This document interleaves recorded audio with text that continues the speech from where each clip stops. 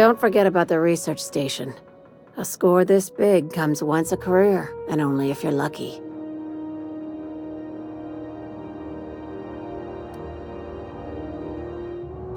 Nothing's wrong. And if you think something's wrong, you should unthink it right now. Wanna run that by me again? I'm juggling 2 jobs, a case of the shakes, and a contractor who asks too many questions. You're concerned about me. I get it. It's cute. But I'm your boss. If I ever seem uneasy or stressed or existentially horrified, that'll be my business until I decide to involve you. For the record, everything's fine. F-I-N-E, fine.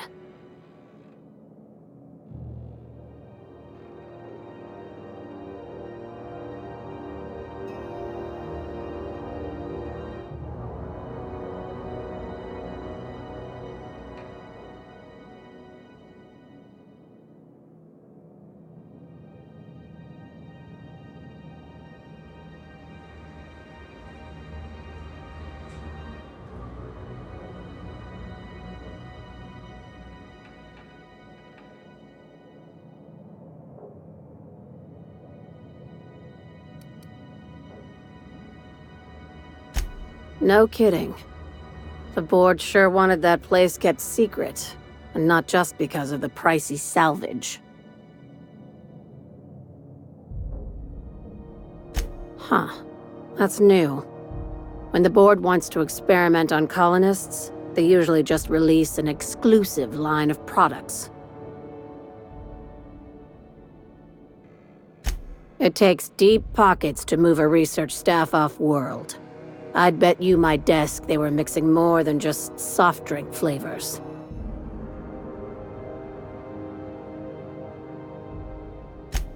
Wow, that sounds spooky as fuck. And frankly, I'm a little jealous.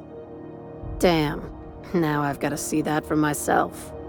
Morbid curiosity gets the better of me every time. Be careful out there, contractor. Don't step on any toes unless you're ready for a fight.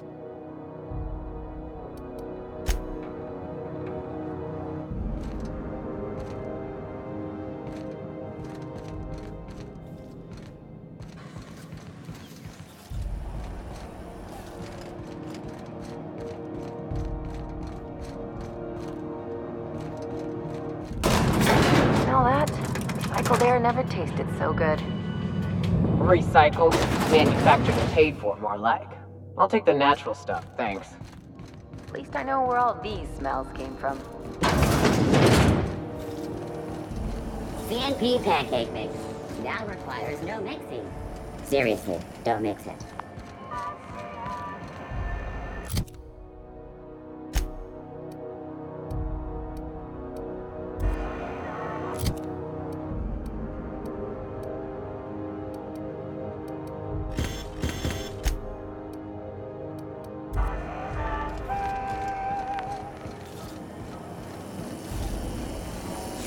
CNP Borstworth. It's not CNP chicken and potatoes. At CNP, we know our CNP. Is it just me, or is Groundbreaker feeling extra chilly? Maybe you ought to help yourself to a piping hot frozen dinner. What are you saying, Martin? That's an Auntie Cleo's product. My law, what have I done? The company will have my head. Both of them. This is awful.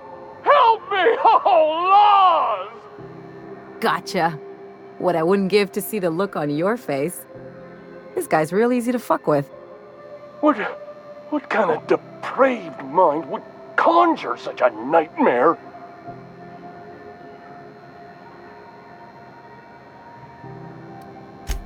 Agree to disagree.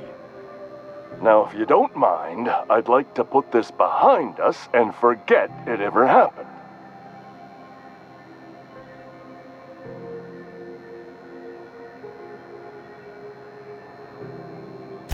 Shit. Oh, shit. Excellent. Yeah, that was intentional. As the face of Spacer's Choice, it's my honor to be a public figure. Who needs privacy when you have job security? Have a look.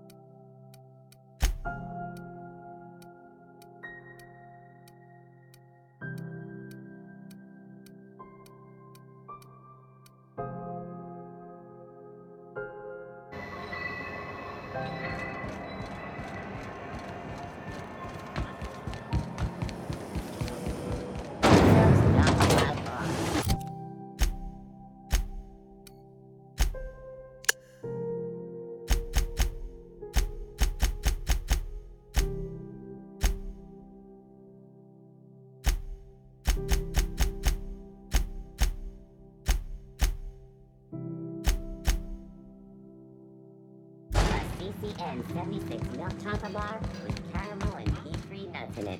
It's time for a KY.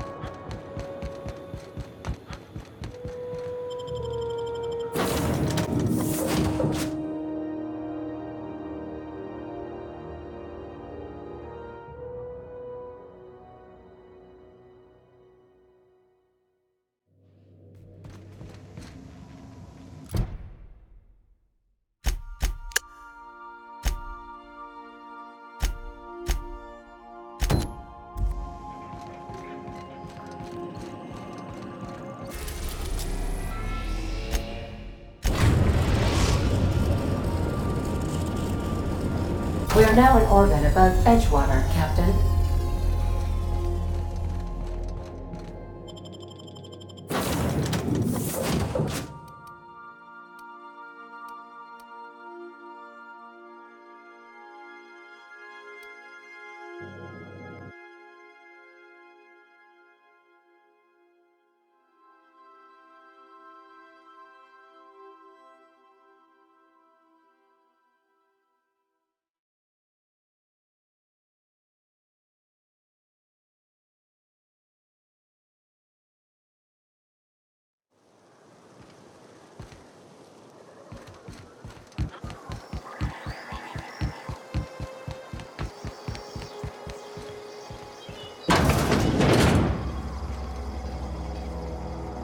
Thank the law. I've been requisitioning backup for months. Guess the boss finally came to his senses. You ever swung a truncheon? Let me see your rifling stance. I want to make sure you're up to snuff.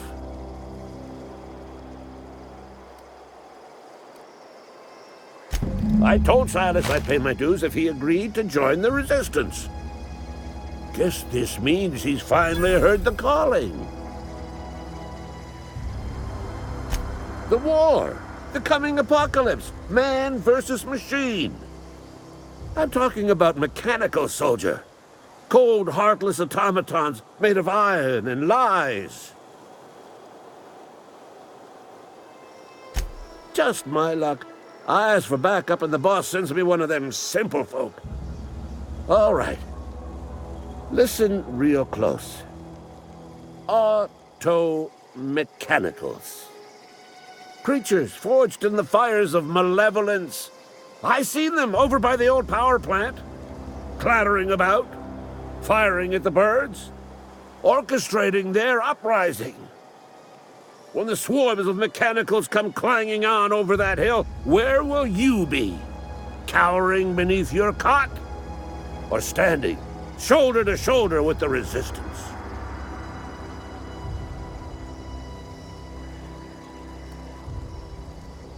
Go on. You ever seen the way a mechanical just stands there? Just looking at you, scanning you with its murderous oculars. Mechanicals have been programmed to eliminate the human race. They've been programmed to replace us. First, they will rob us of our jobs. And once they have taken away our livelihoods, they will take away our very lives.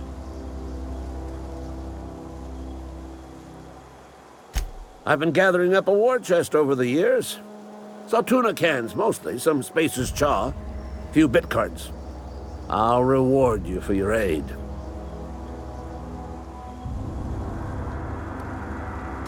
They have sent a scout, prowling around the junkyard just behind our beloved town.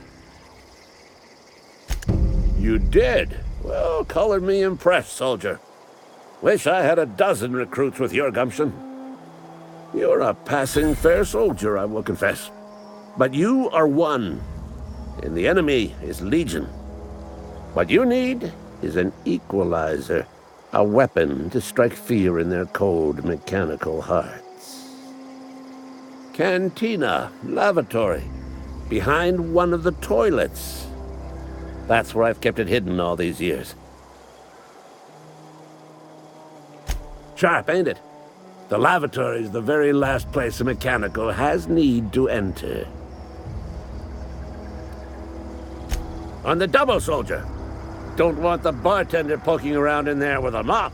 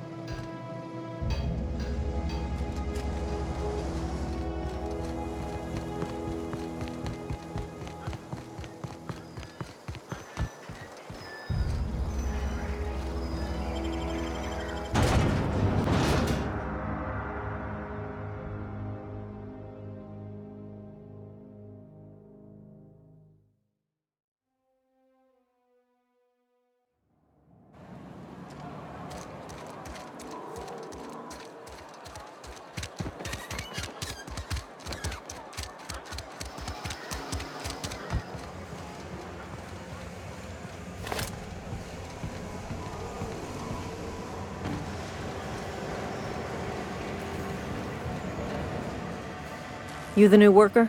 Whatever. Make it quick, Tenderfoot. I'm busy. Foreman Granger. Mind those words don't come out of your mouth unless preceded by yes or right away or thank you. Shit. Silas still on about that. Here, take the fees. I'd appreciate it if you didn't tell Reed I was late on my payment. Because they're not my fees and not my gravesite. Guy I worked with shot himself. I paid the bill. If you're not familiar with board law, you ought to be. Law requires delinquent gravesite fees to be paid by the deceased party's closest living relative, which meant me. Shame, though. Eugene was a good worker. Woke up one morning and put a round through his upper story. Can't imagine why. The kid was doing all right at his desk. We all thought he was an upstanding receptionist. Just between the two of us, I'm pretty shocked his weapon didn't misfire. Spacer's Choice handguns aren't the most reliable. Eugene wasn't family. Yeah, I was the closest living person relative to his body at time of death. I'm the one who found him, you see, so I pay the fines. Suicide's a crime. The legal term is irreparable damage to company property. What Eugene did to himself was vandalism.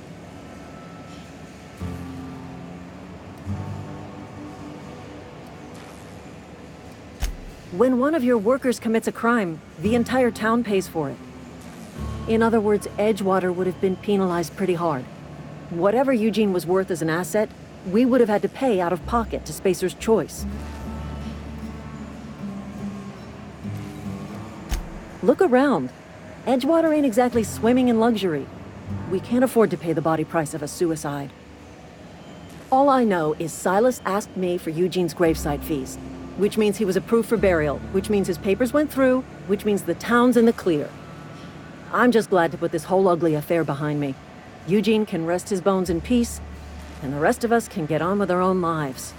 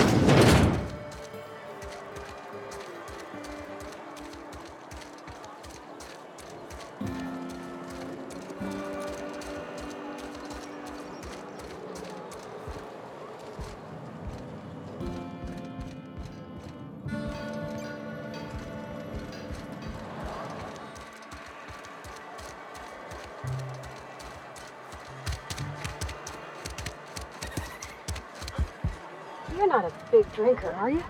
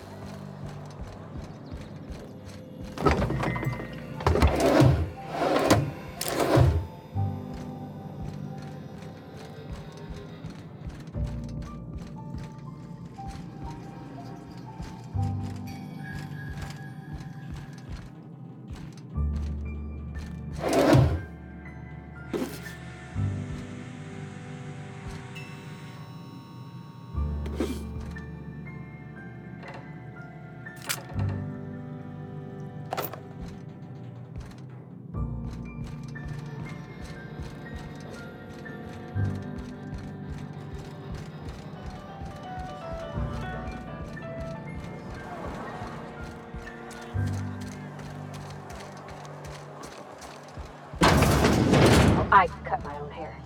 Look. Please don't touch anything. Your hands are probably crawling with germs. Physical hygiene recapitulates moral hygiene. Cleanliness is next to lawfulness.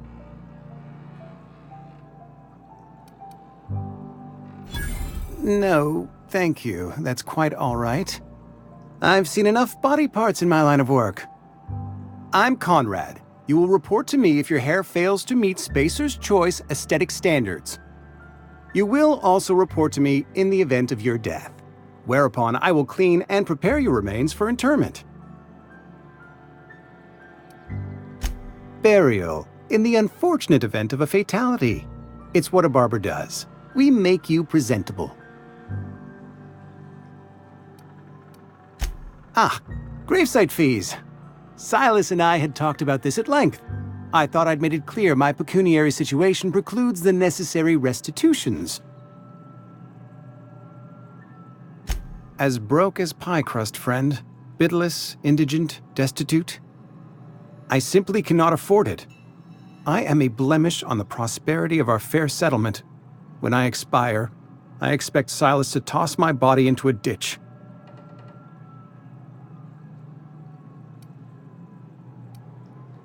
Thank you, no. I despise the cereals. Tell Silas I can't afford to pay, and that I fully expect to have my medical rights revoked for this dereliction. With my apologies.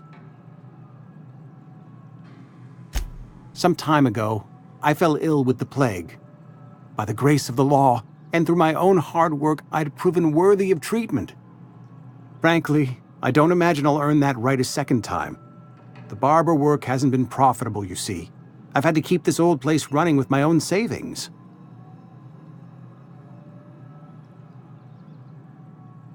Not a bad idea. But I'd need some kind of collateral.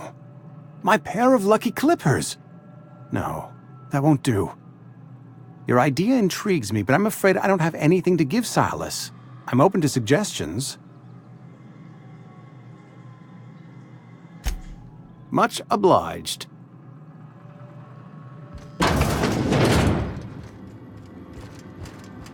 Okay.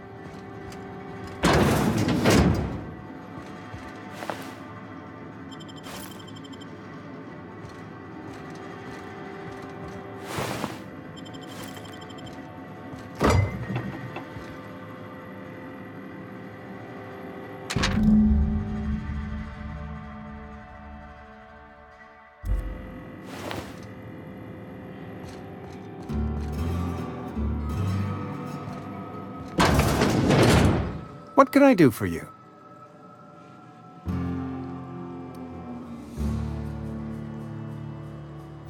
Oh? Am I in the company of a fellow doctor?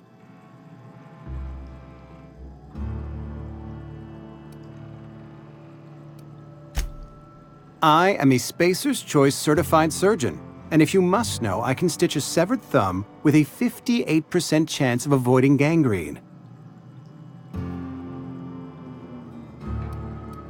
You know about Eugene?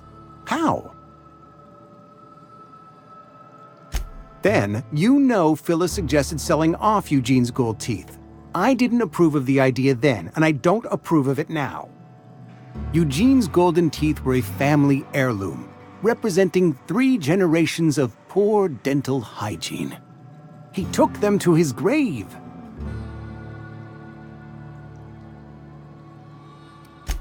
More than a few. Those teeth were his personal savings. I can't ask Silas to dig up a man's body and pry a few teeth loose from his jaw just to pay my bills. Can I? Are you asking rhetorically? Because if you're being serious...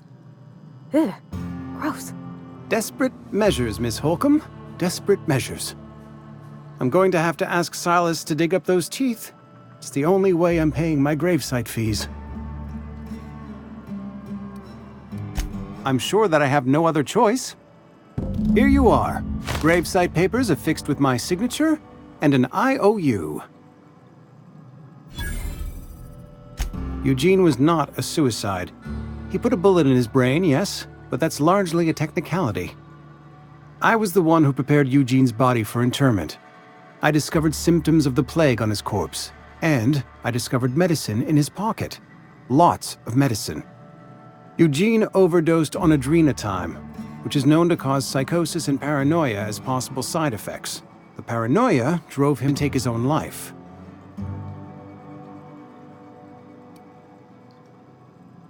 We can all thank our lucky stars that young Eugene was hopped up on medication and suffered its predictable side effect. I included it all in my official report. I'd like to think I saved Edgewater a great deal of money. We never could have paid the fines associated with the suicide.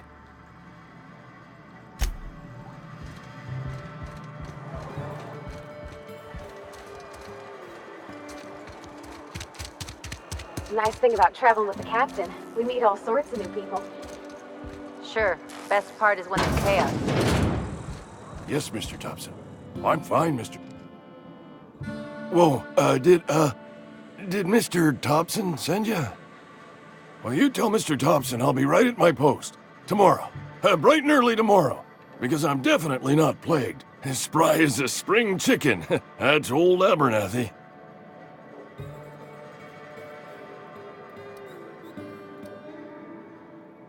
You some sort of wandering alienist?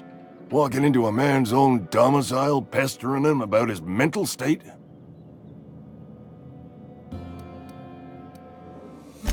Silas knows, doesn't he? That's why he sent you. That's why he wants me to pay up. He knows.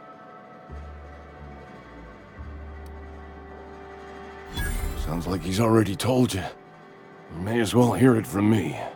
I'm dying. I'm not long for this world. The date of my expiration is fast approaching, and soon I shall be ushered through the great cannery in the skies. Don't say that, Mr. Abernathy. You still got a couple decades in you. I'd steer clear, Ms. Holcomb. My affliction's bound to be contagious. It's plague. Has to be. Silas knows. He knows I got one foot in my grave, and now he wants to charge me for the other one.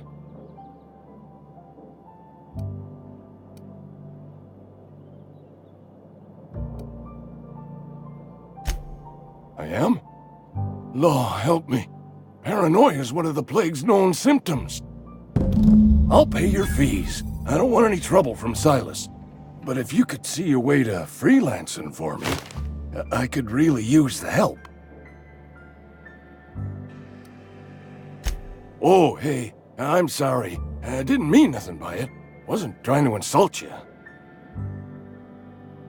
Couple hours out of your day and some light second-story work, that's all. There's a cache of anthracillin tucked away in the old community center. Powerful stuff.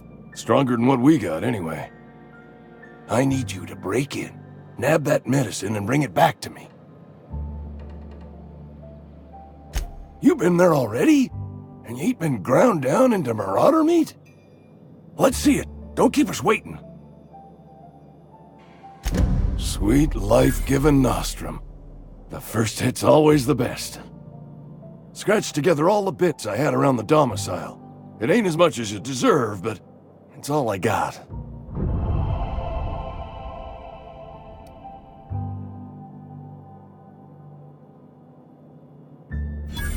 You'd really sprat me out? For what? A couple of extra bits? Here, take it then.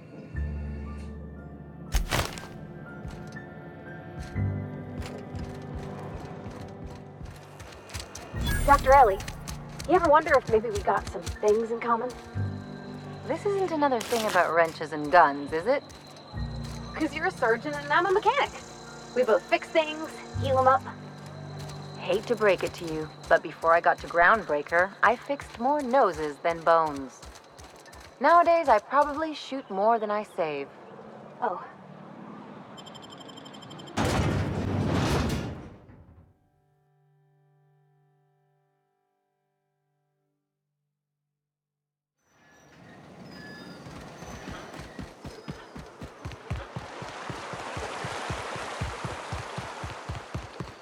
Lovely to see you about, Miss Parvati. Things going all right, Silas? Been keeping him careful and true, miss. Best to ask her yourself. My dad's buried here.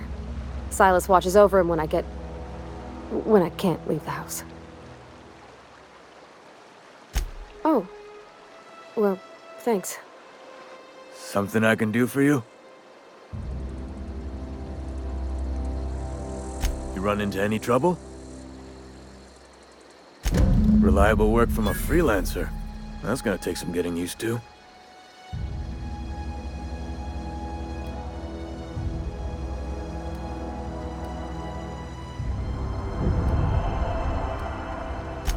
Abernathy was sick? With the plague? That's disgusting. I shook hands with the guy.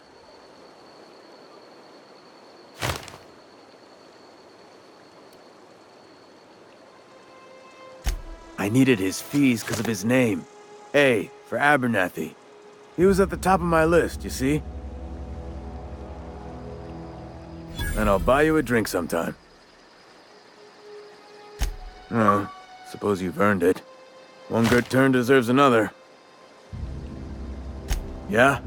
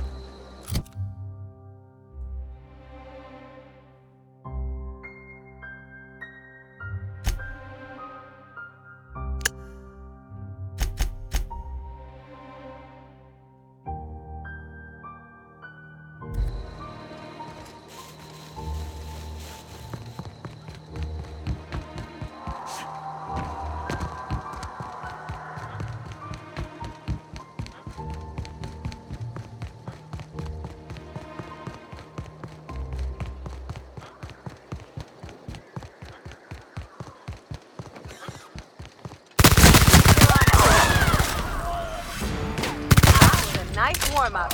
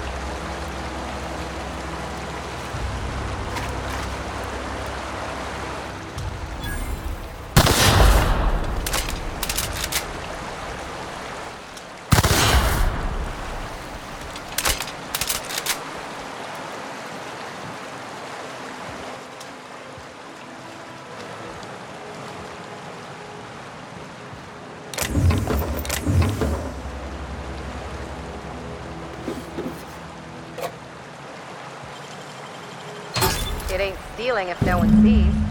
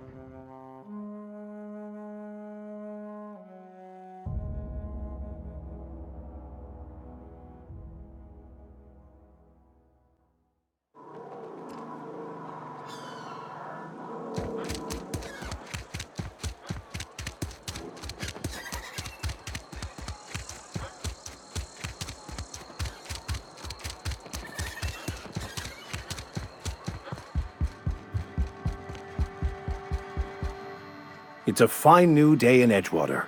The cannery hums, streetlights and faces glow. I suppose this means the two of you were able to sort out the matter?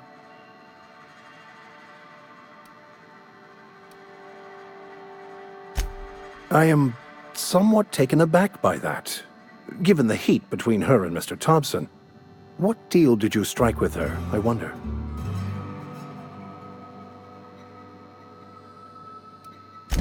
Wonderful. This is fantastic. Well worth all the sacrifices Wait. What the fuck is this? Is this French? I can't fucking read French. It's a law-forsaken joke is what it is. French. Ha!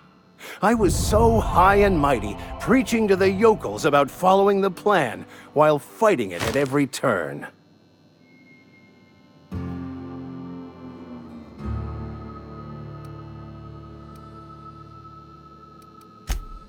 Well, yes. But I assure you, it was not for personal gain, only for the greater good.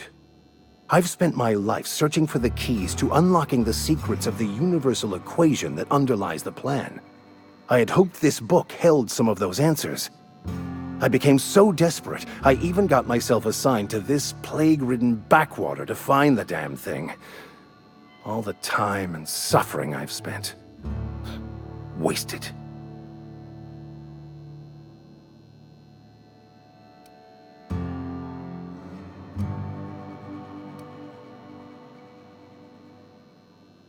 Please, those dolts?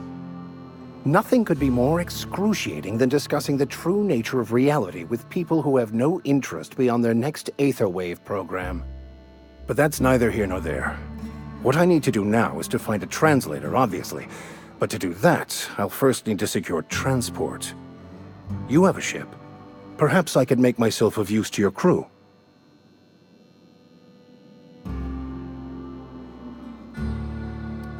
Free spiritual counseling, someone to watch your back, not to mention a grown-up in the party. I'm 28. Exactly. I'm pretty handy with a tossball stick, or any blunt instrument, really. I'm also a passable gun hand if it comes to that. I can usually talk my way out of conflict, though. Oh, I'm fairly competent at hacking computers as well. Well, understanding computers is, though I admit I took it further than most. And I was quite the 32nd back during my seminary days. Left many an opponent bleeding on the field. Of course, I'm a vicar who is dedicated to his calling. More dedicated than any other you'll find in this colony. I joined the OSI to help decipher the grand plan. But instead, I ended up the vicar in a prison due to ignorance and politics. Then I came here. Satisfied?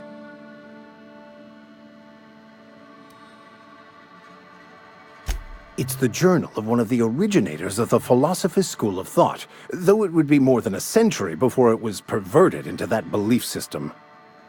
Philosophism's a false religion that stands in contradiction to almost everything we know to be true. They believe all is chaos, in stark contrast to OSI's belief in the plan. But most of that came later. Bakonu had some interesting theories about man's perception of reality that I thought could be applied to our attempts to decipher the plan. Most laypeople are not aware of this, but we've not discovered any new insights into the plan for a long, long time. I had an idea that we should welcome the truth, no matter where we found it. I had the worse idea to share my thoughts with a superior. And that's the long and short of it. So, what do you think? Fantastic. I promise you won't regret this. Edgewater's gonna miss you. Folk here always had good things to say about their vicar. Thank you, Ms. Holcomb. I'll be glad for the change of scenery, and to leave this place behind. I shall see you on the ship, Captain, whenever you're ready to leave Emerald Vale.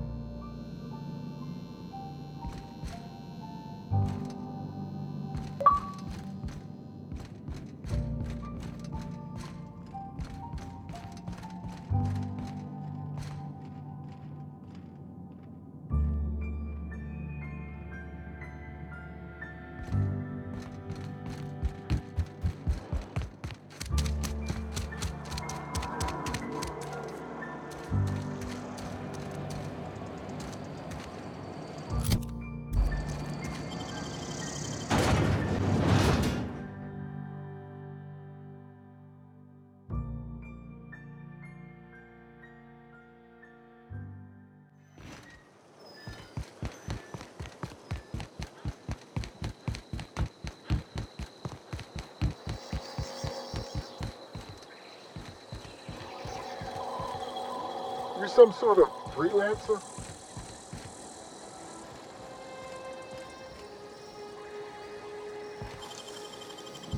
Hey, that's impressive.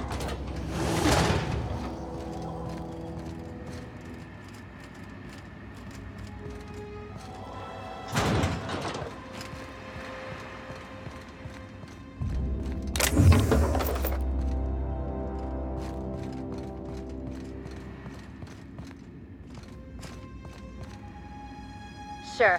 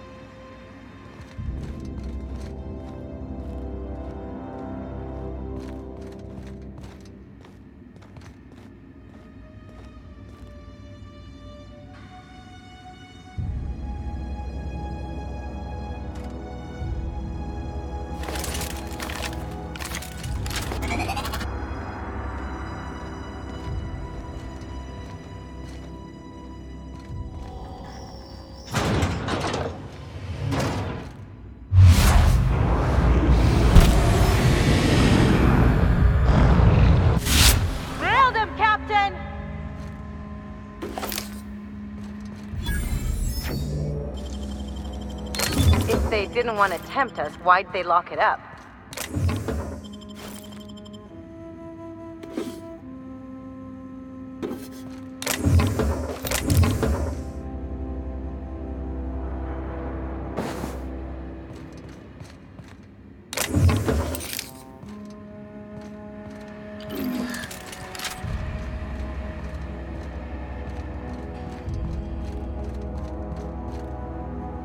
Be right there.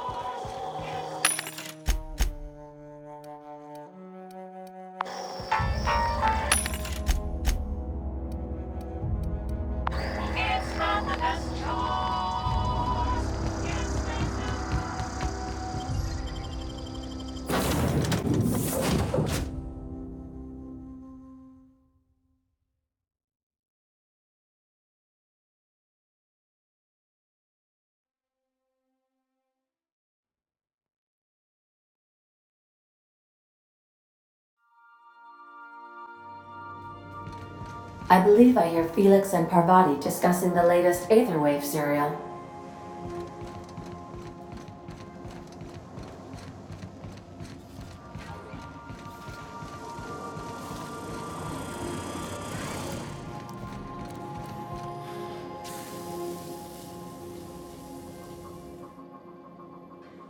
What's on your mind?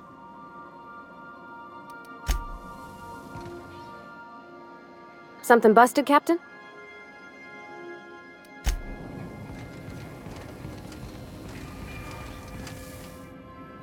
Hey, Cap. I'm still not quite sure what to make of that Max fellow. Sometimes he reminds me of Anders, and the way he stares at things as if he's gonna dismantle them. Shit. Look at me dredging up bygone days. Forget I said anything.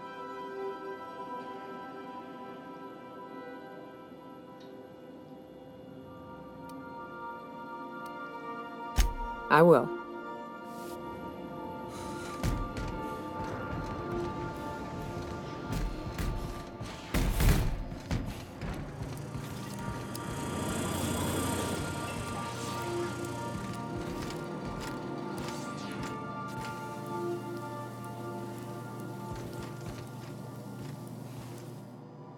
Something on your mind?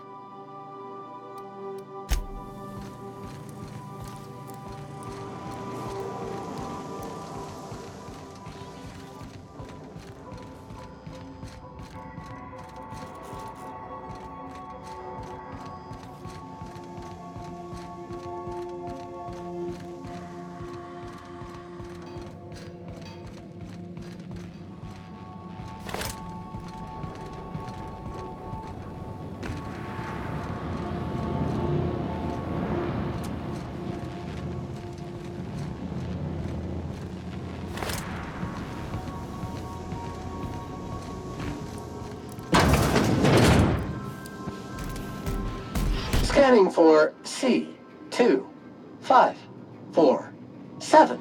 Grade rated contaminants. Felix, your apps is surely not gonna believe this. You remember that spin-off series about the mass monster?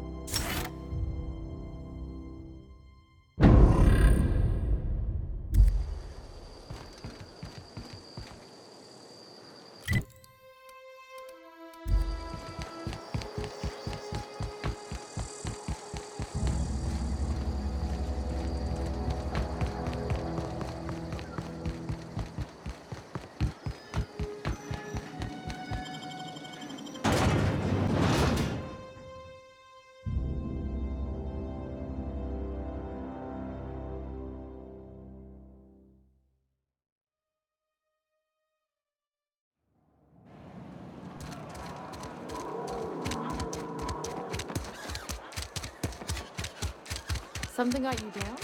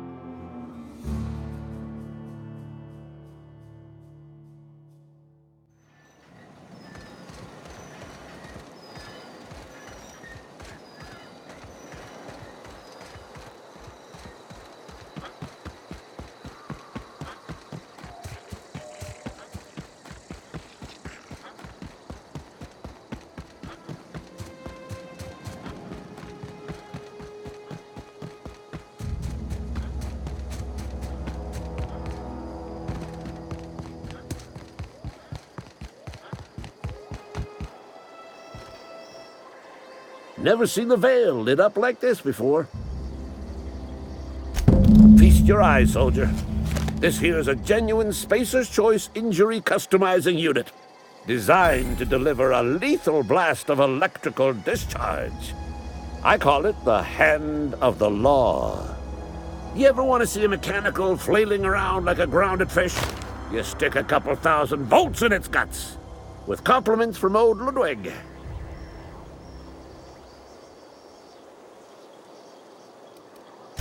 There's a workbench right through this door. Attach that unit to your favorite weapon and go forth into glorious battle. Time's come for you to journey down into the black heart of the enemy's camp. I'm talking about the old geothermal plant. Unfortunately, the old plant lies outside my board-given jurisdiction. You'll need to get a passcode from the boss, Reed Thompson.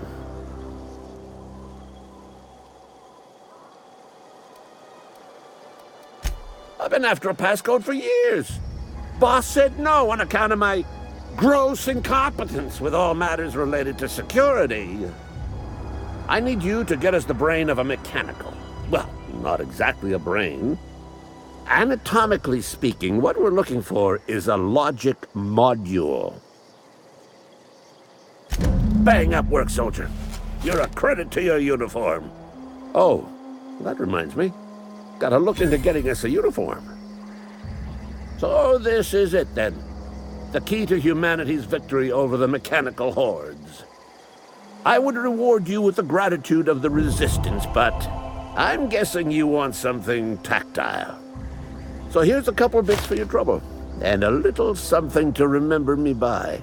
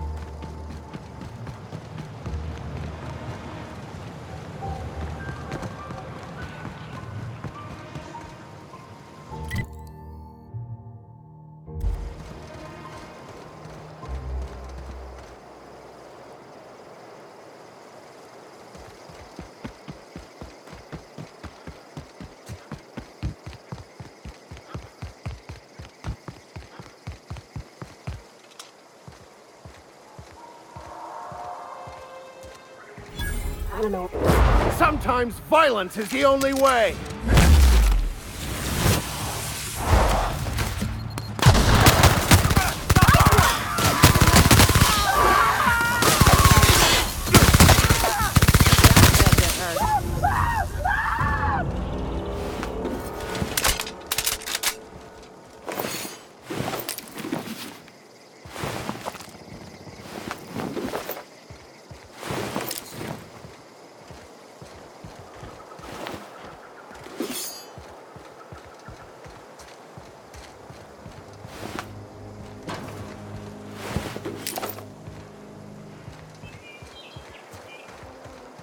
Wow!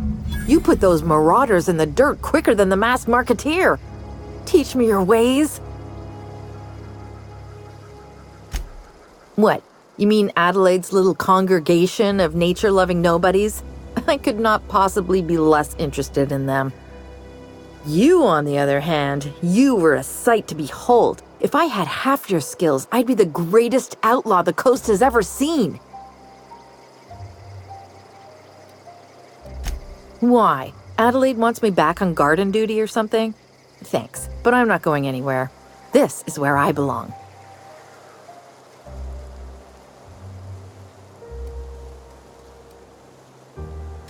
I'm great at clarifying. No. I insinuated myself into their company, see? And they didn't seem to mind one whit. I may have bartered them a few boxes of Adrena time, but yeah, I'm sure that's got nothing to do with it. I don't know. The vital processes that constitute the miracle of life are mysterious and unknowable. Oh, you mean around these guys? The marauders wouldn't hurt me. They love me. I'm practically their queen. Yeah, must be my natural charisma. I got kicked out of Edgewater on account of falling sick with plague and stealing some medicine to treat myself. I'd heard some outlaws set up camp in the botanical labs. I decided to throw in with them, seeing as I always wanted to be an outlaw myself. Instead, what do I find? But a bunch of former workers camped out around a greenhouse. I couldn't just go back to the cannery, so I was stuck with them. I've got all the time in Halcyon. And no serial dramas. I've been thinking about going back. I just gotta know if Lord Cavendish really is the masked marketeer. I'll take my stuff and head on back, I suppose. Grace is gonna be glaring knives at me, so I've got that to look forward to.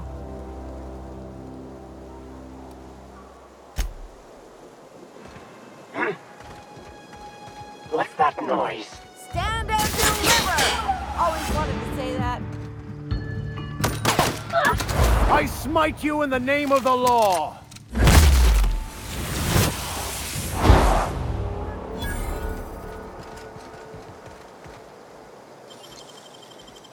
Nicely done.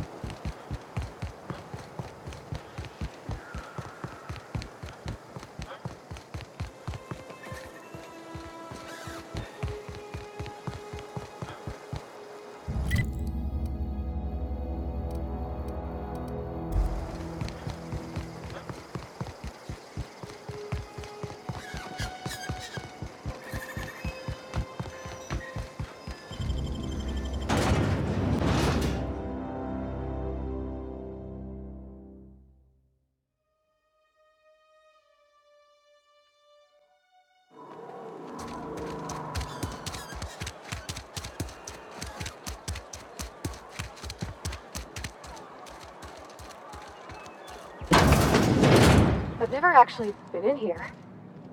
What is it?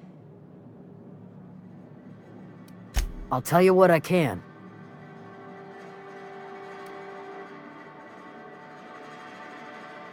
Could be. Dangers aplenty out there. No telling why marauders would steal somebody like Zoe. Got no useful skills far as I can tell.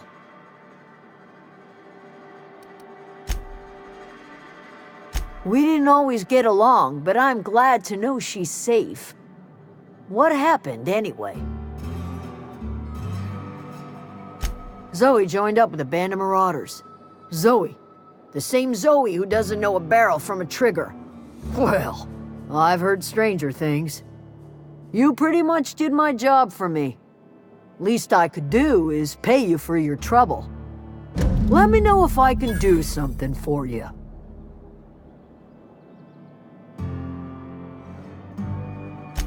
Hard to say. Without Reed, we've got the run of the town. Adelaide went on about living in harmony with one another and whatnot. We'll see if it comes to pass.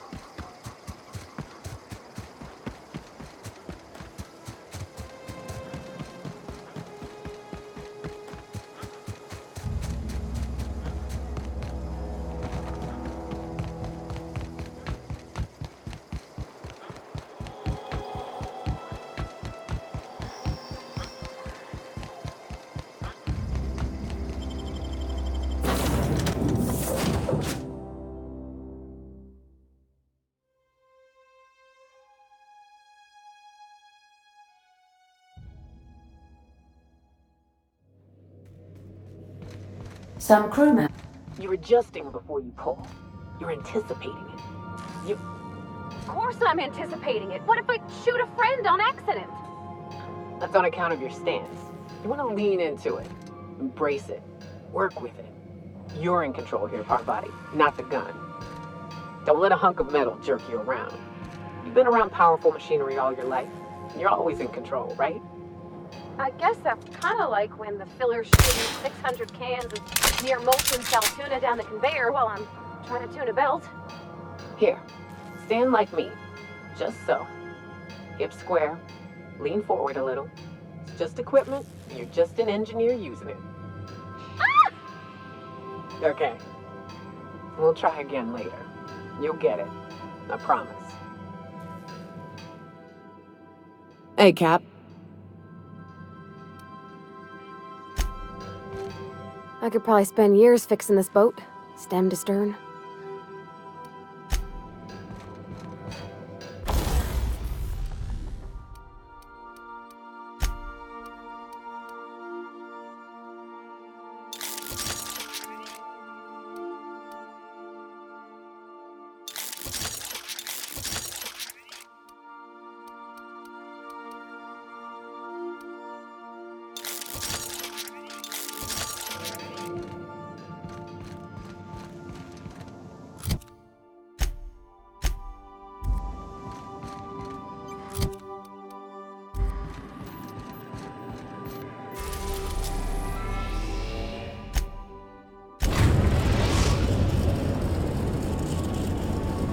The groundbreaker has approved our request for docking, Captain. You're free to disembark. Could I have a moment of your time? By verity, by strength. What are we contemplating today?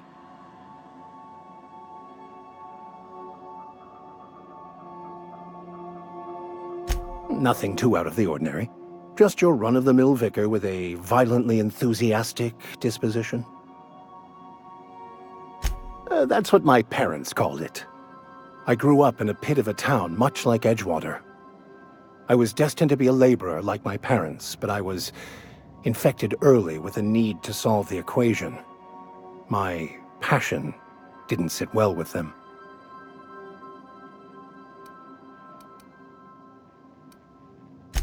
On the contrary, they internalized the precepts of scientism like no one I've ever known. They had a pure faith, a faith that brought joy to them regardless of the situation. I envied that. I wanted that peace. I thought if I became a vicar, I could find it. Or at the very least, find out why I lacked it. They thought I was fighting the plan, should have accepted my lot. Some people pursue the clergy for power, prestige, but that was not me. The plan is not one rigid path. There are a variety of multitudes contained within it. Our paths have variance, but we'll end up adhering to it, whether we like it or not. Some choices make the path smoother, some rougher. You can even go outside the lines, but the further outside you go, it's like an unbreakable elastic band. It will only stretch so far before it snaps back. The further it is stretched, the more violent the eventual correction.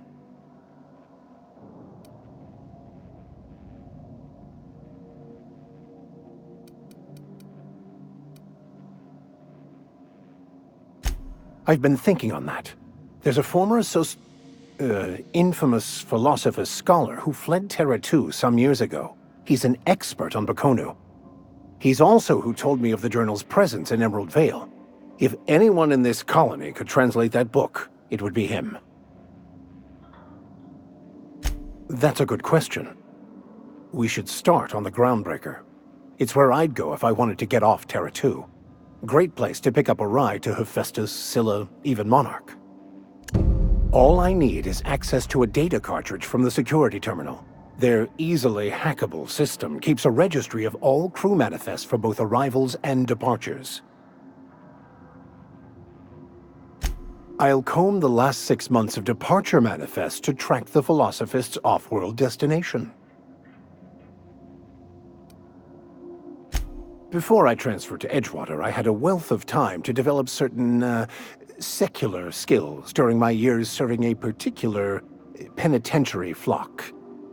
I meditated, led sermons, provided guidance to the inmates as needed, of course. I also played prison yard tossball and taught myself a bit about computronic security systems. Thank you, Captain. Yes, you caught me ruminating again. Guilty as charged.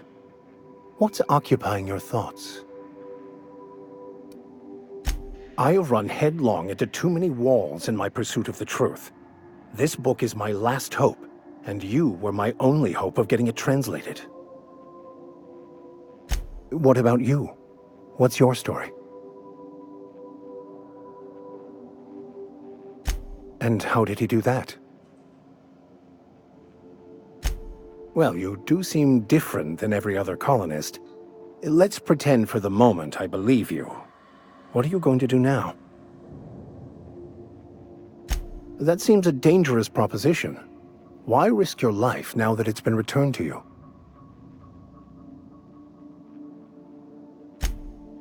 Oh, I see. You have my condolences.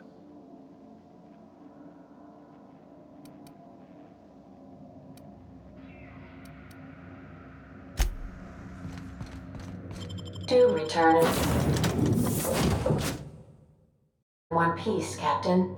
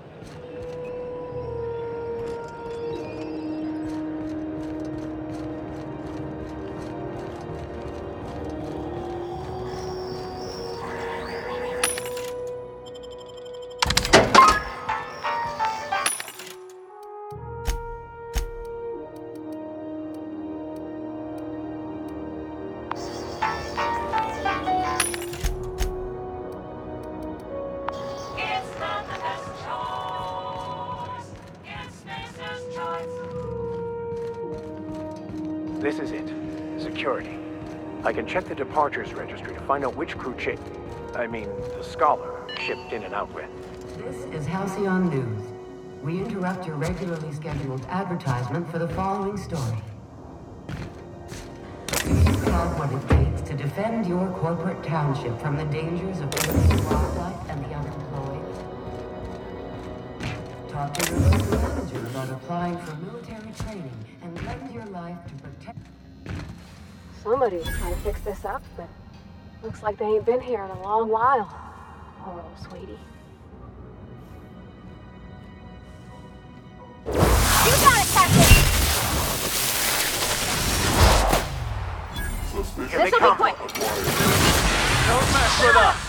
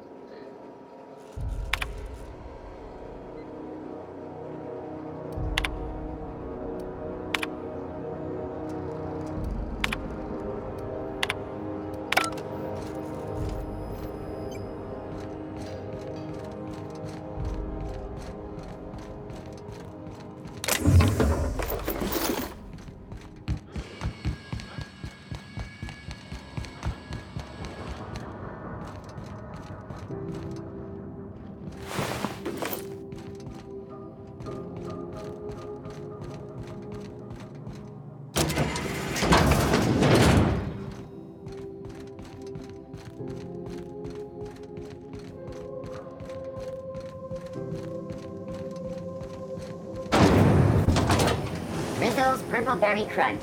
Tripical flakes and It just purple me? berry flakes powder nuggets. Now with This is Halcyon.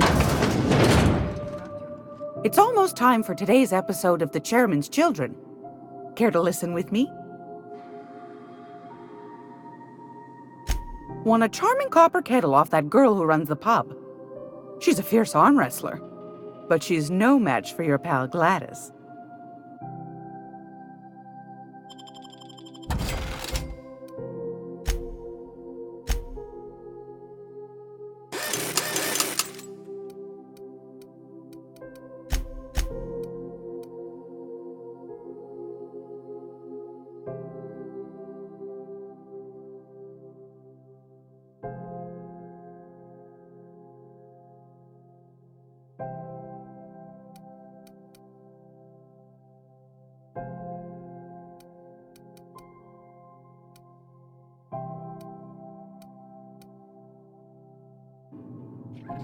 If you're here for this week's magazine, I've got a lovely little throw pillow. Just something I toss together. Like to keep my hands busy.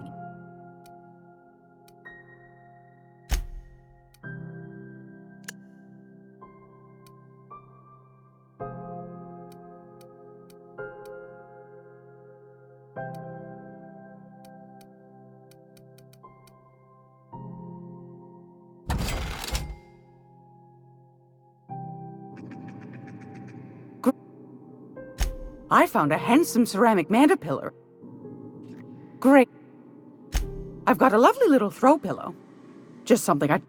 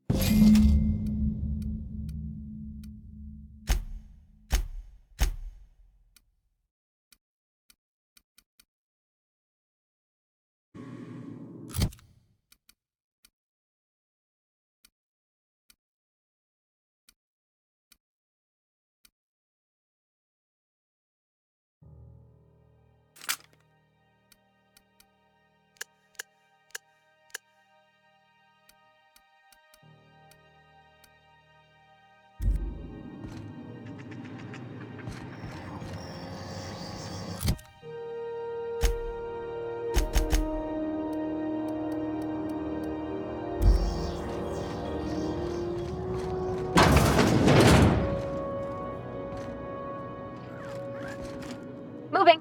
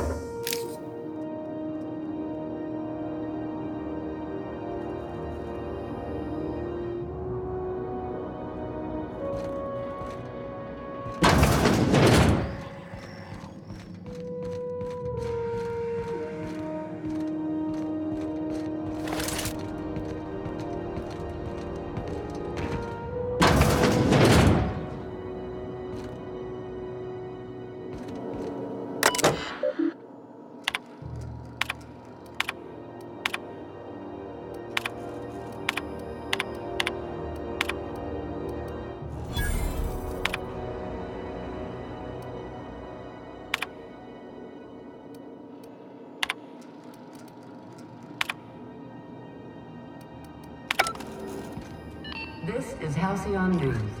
We interrupt your regularly scheduled advertisement for the following story. Spacer's Choice proudly announced their latest product today. Slim and Shine Diet Toothpaste. The paste hungry spacers choose. Coming soon to a sales location near you. Anti-Cleo announced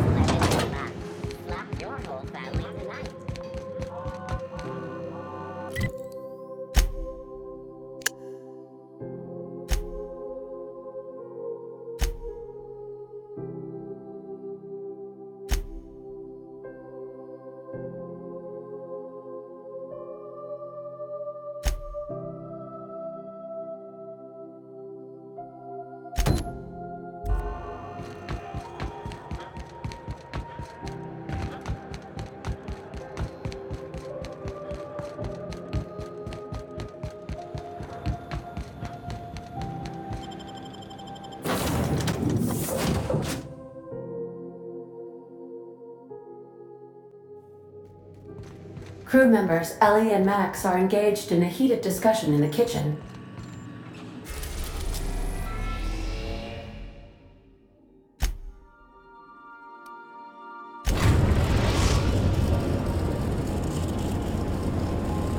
We're in orbit over Cascadia, Captain.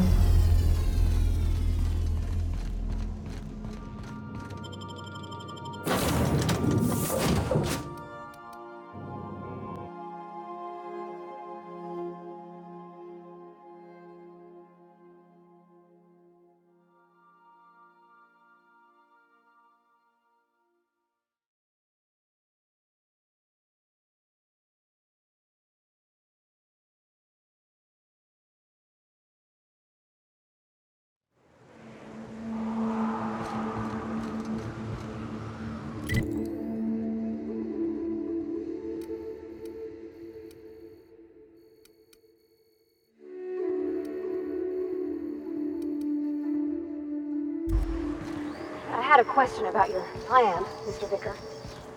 Of course. The cosmos is generated and directed by the universal equation, also known as the Grand Plan. By contemplating the teleological order of things, one can achieve verity. Right. You had a question. Never mind. That about answers it.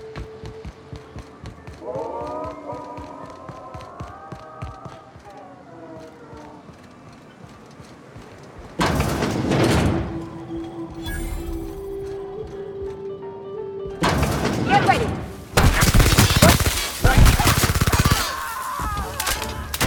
Don't mess with us!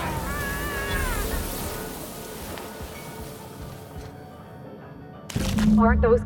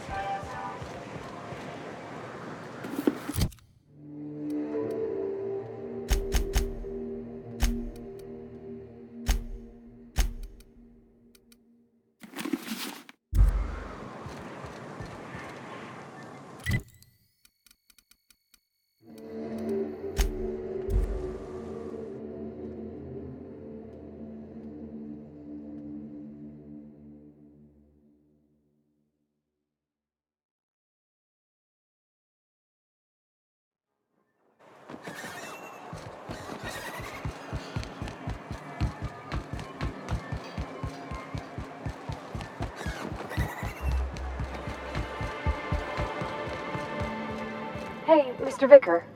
Did you ever get a little bit homesick for Edgewater? For that ocean stink? No, I do not. I see you stuck around.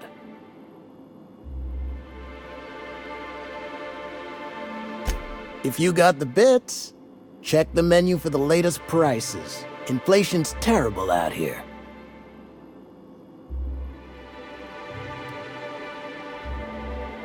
What? No, Captain, I don't want you to do it this way. It's all right, miss. I'm a coward at heart. Made that clear from the outset. Look, Captain, this is the best I can do without putting myself out of business. Sure, just let me know. Sanjar, of course. He had all these glorious ideas about how he'd run Monarch. Rest periods between every work shift. No shift more than 10 hours long. It all sounds wonderful, Until you realize there's only a few centimeters of repurposed steel between you and the deadliest creatures in the galaxy. I could do with a few kilometers of cold vacuum, but that spaceship has flown.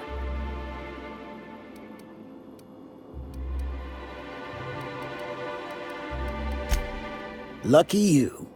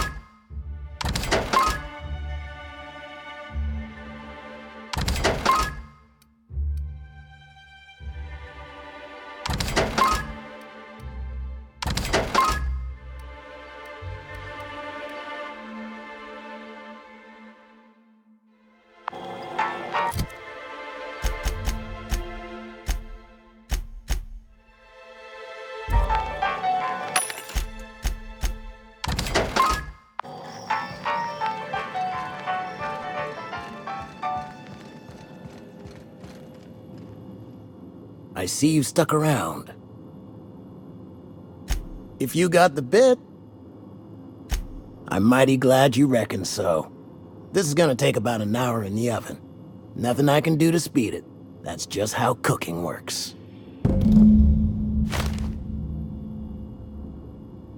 There we are.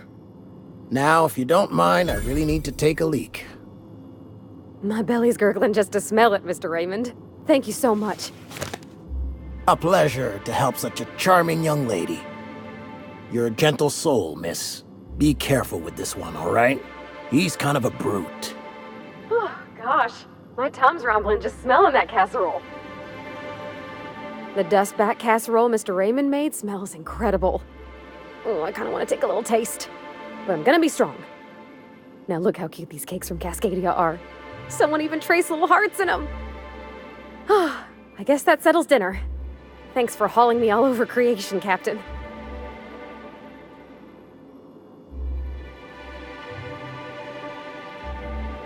Well, I was gonna, but then it hit me. I got this nice meal all planned out with music, and I got that soap to scrub up with, but I don't got nothing nice to wear, Captain. I don't have a head for fashion, and I can't really picture myself in something clean and pretty. There's this place I heard of in Byzantium, Joliker's Haberdashery. I bet I could find something nigh on perfect at a place like that.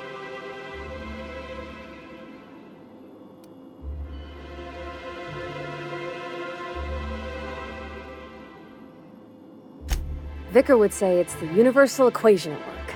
I reckon it's just that 90% of everything that ain't crap is in Byzantium.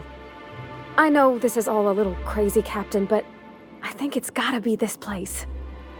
I saw the lady who runs it on Aetherwave, and, well, she made everybody she dressed feel better. Confident. Thanks, Captain. I know I've been asking a lot, but you help me out every time. You're the best.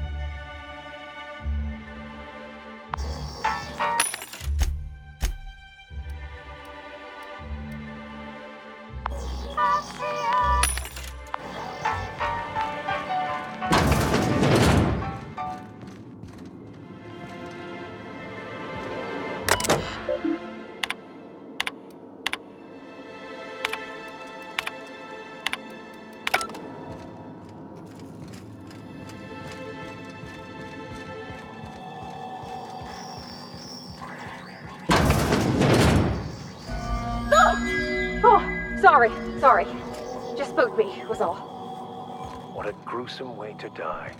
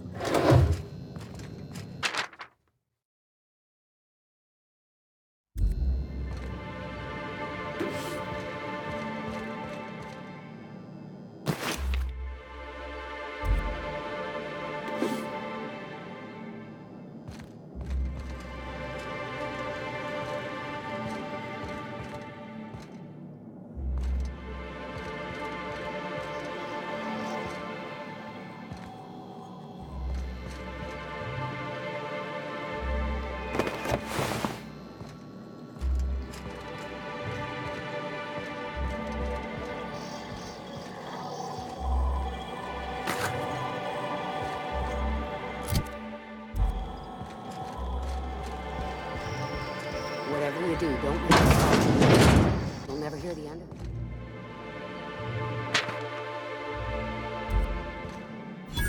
If you've gotten stuck in an elevator, God knows the colonist, you'd be thankful.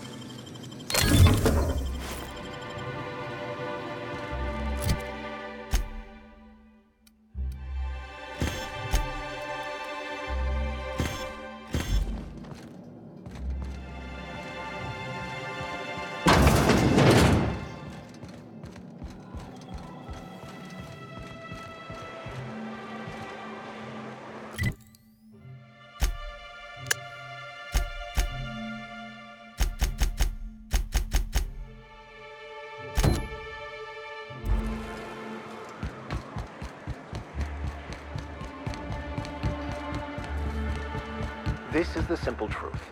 We are all molecular machines.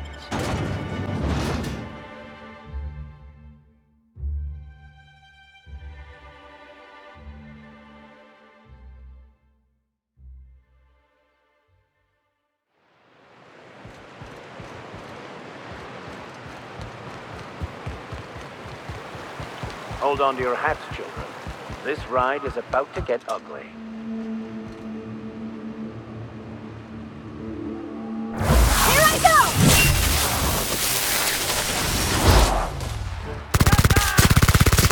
I've had quite enough of you!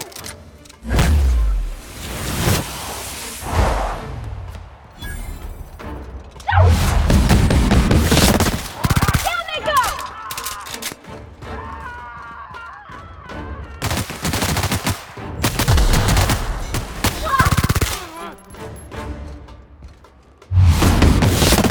Everyone all right?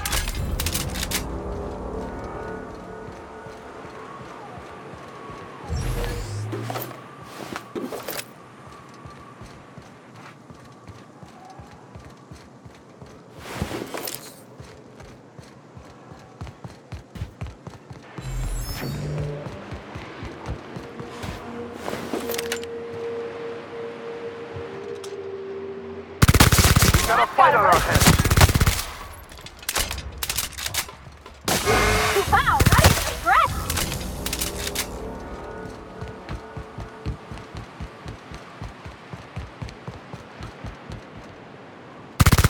Incoming! Down they go!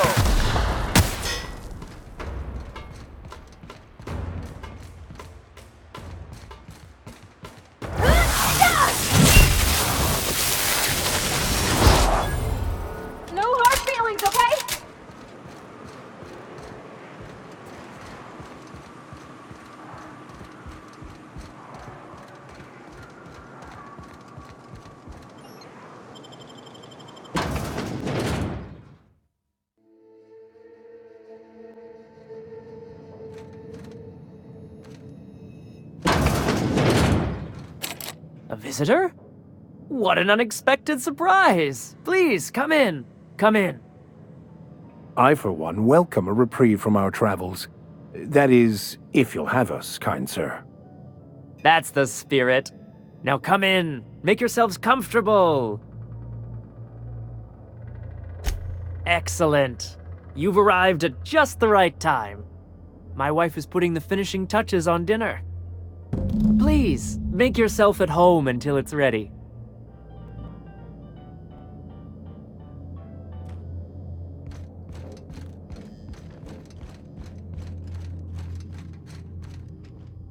Oh, hi there.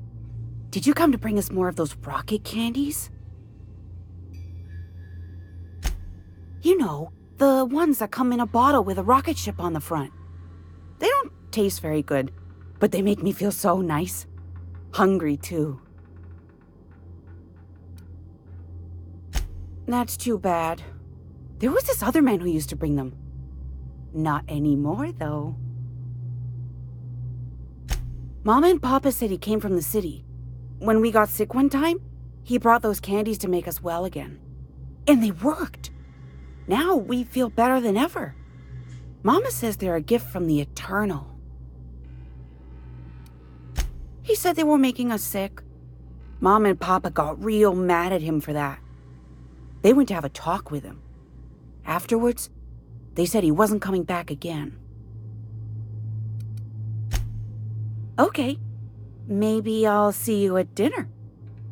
We wouldn't want to intrude.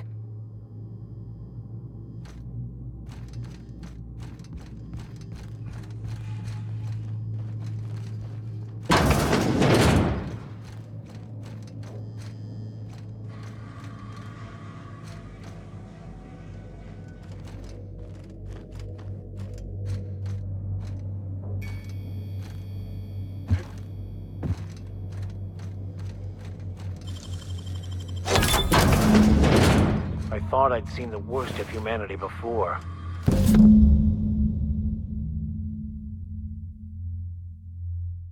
I'm gonna be sick.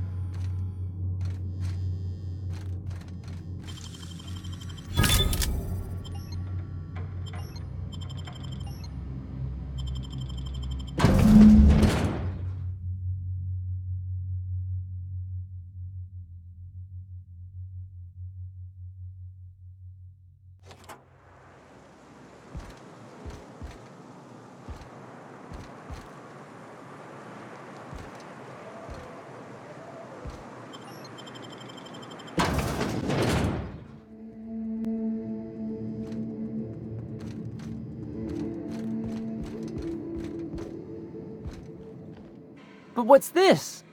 You're tracking blood into the kitchen. Oh dear. You've been nosy, haven't you?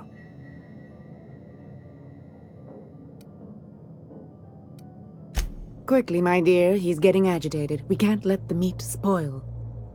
Don't worry. We'll make this quick. I see it now!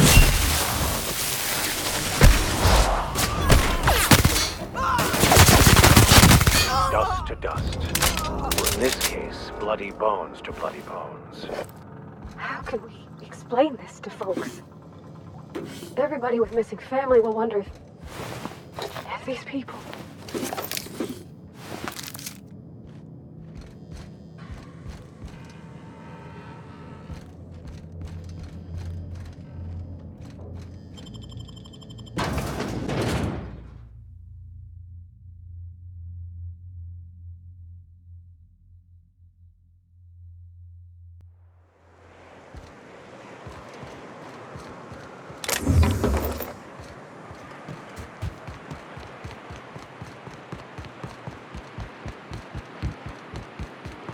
wonder what secrets these ruins contain.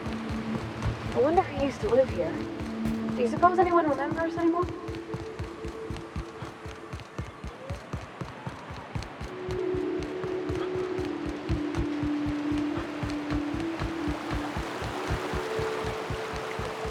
No one saw me trip over that, right?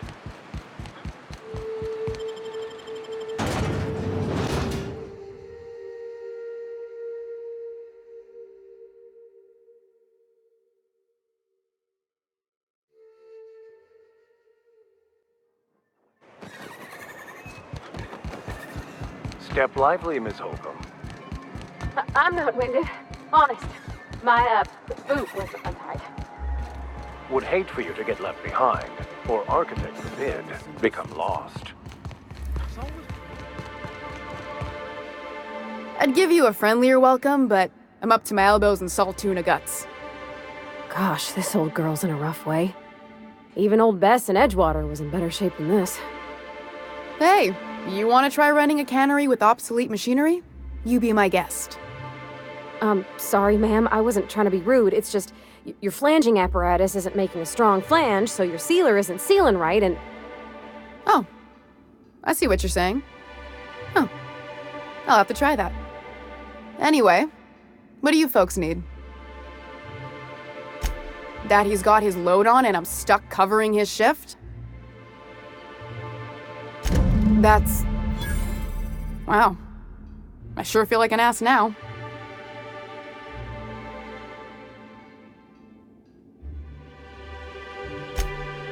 Oh, sure. Because Monarch's just teeming with experts in the finer points of salt tuna health.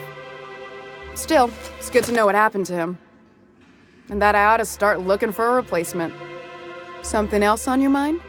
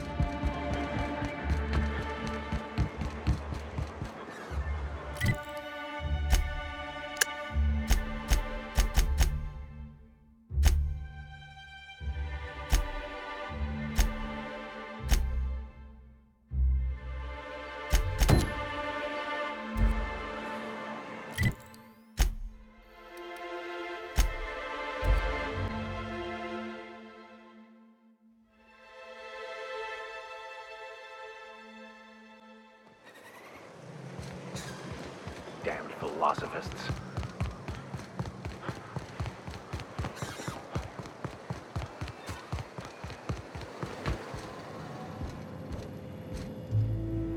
Looks like I'm not the only new face around here. What do I call you, stranger? Welcome to Amber Heights, Captain. Call me Tucker. You here to join the Iconoclasts? Help us free this world? I am not a little boy. Haven't been one for decades, no matter what my mama wishes. I take it she's still looking for me? Had hoped she'd accept my decision. According to her, stepping foot outside of the house in broad daylight is too dangerous. My entire life she crammed a fear of danger down my throat. Don't go play with friends. Mantisaurs will tear your arms off. Don't leave the city. Raptidons will spit acid on your face. Marauders can violate you. You'd fall in a sulfur pool. I stuck around way too long, ruled by her fears. I'm 42 years old, but she still sees me as a little boy in need of her protection. I won't stand for it, I tell you.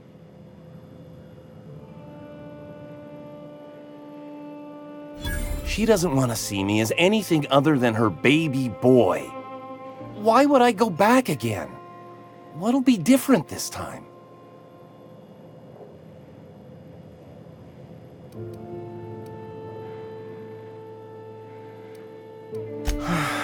You're right. I can do this. I just need to stand my ground and make her see she can't control me anymore. No one can.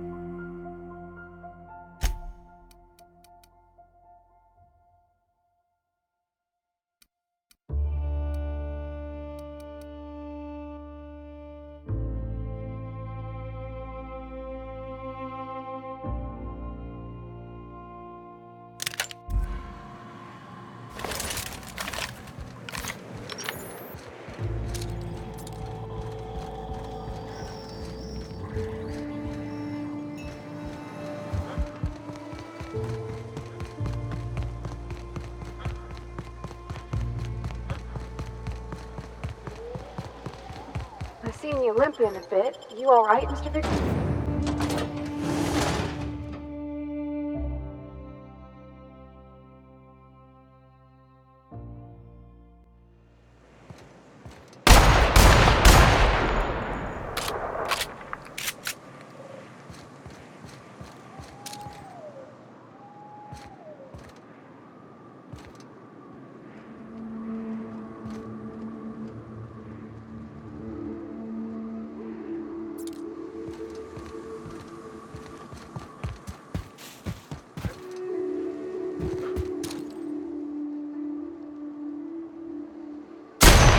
Go! Got him!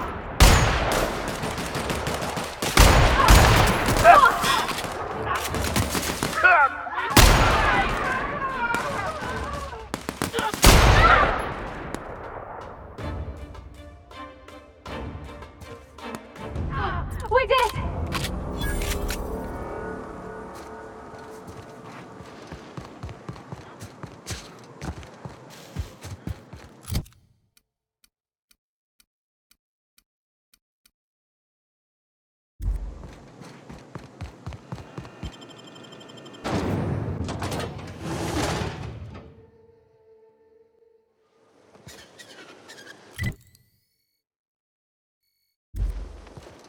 You don't seem to like traveling with us much. Why in the architect's name would you say that? It's just that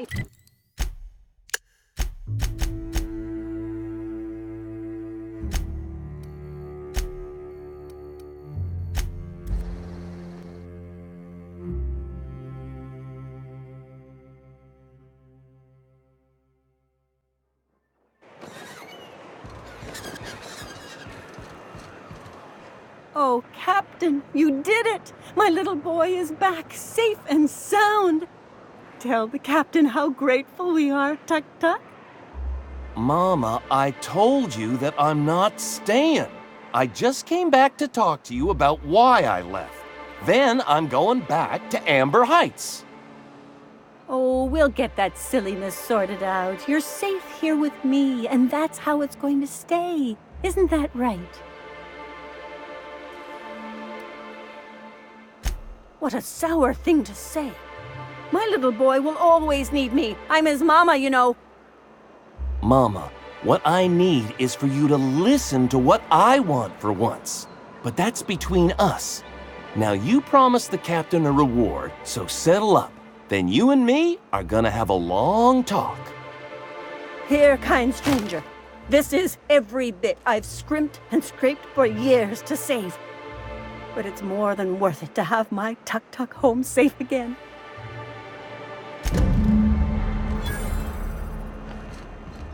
Were you really in jail?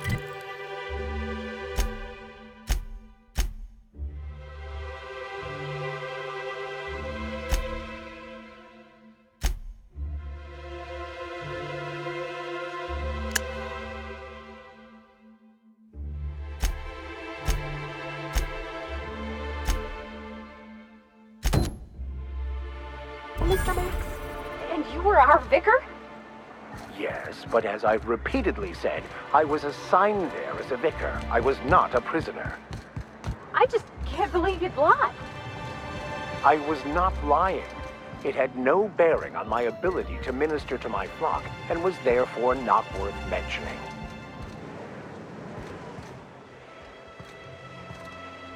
New face, huh?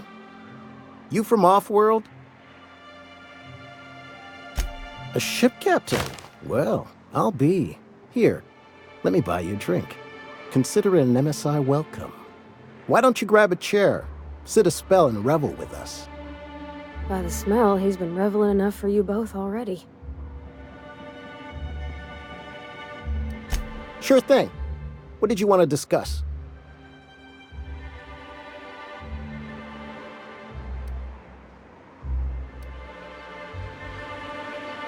Nope.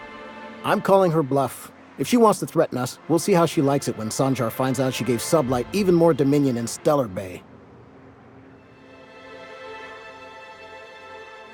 I never meant to call for anyone's head on a pike. Velma's not my favorite person, but she ain't been cruel to us. Devil it all. Now you got me feeling sorry for her. Fine. I guess we'll go back to work to save Velma's job. We'll find a better time to negotiate our wages. Tell Velma not to worry. We'll look out for her.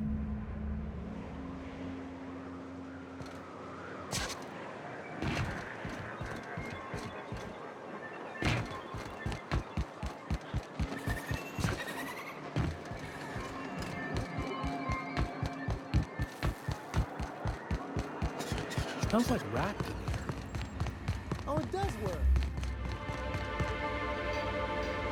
I'd give you a friendlier welcome, but I'm up to my... You knocked any sense into him yet? Well, that's... awful nice of him. Sure wouldn't have expected that. Thanks for your help. You've gotten me out of a tight spot here. Take this for your efforts. Honest work deserves honest pay. Something else on your mind? Stealing's such a nasty word. And yeah, let's just say... we're not like those corporate towns where you get fined for sleeping on the wrong side of the bed. Besides, the Spacer's Choice stuff we use is cheap enough. And Braxton knows how to get the Saltuna, fat and mostly tumor-free. Or... new, I guess.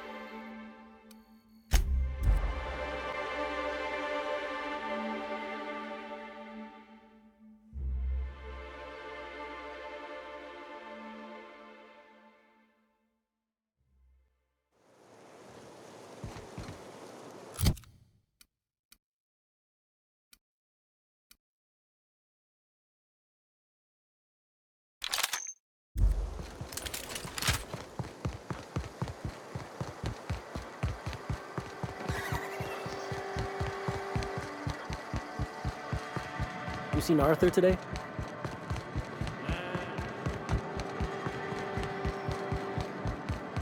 You'd think folks were pissing in the alleyways.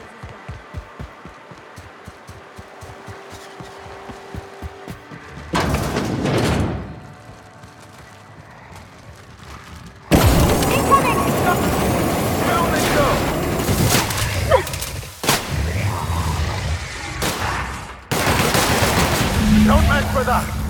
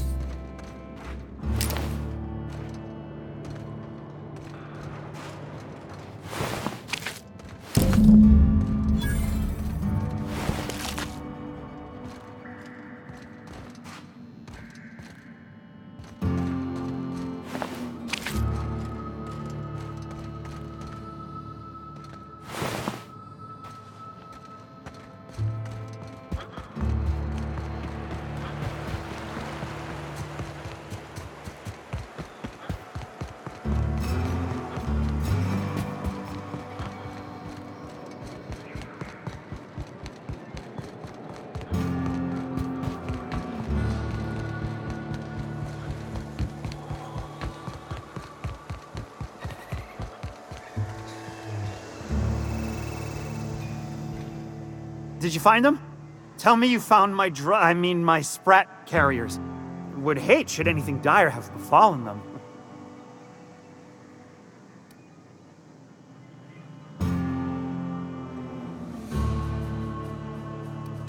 Just tell me straight and don't hold back.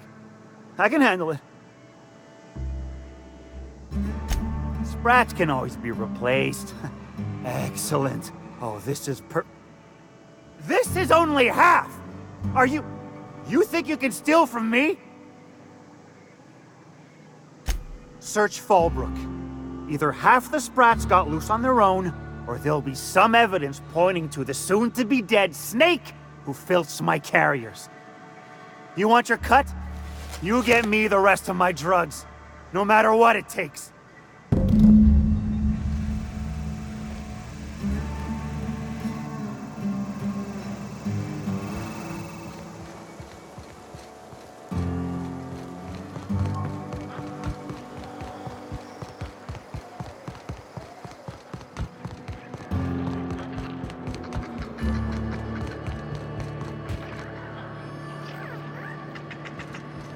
Minnie Malin, get your twitchy whiskers back here! Don't you run out that door! It's a cruel world outside!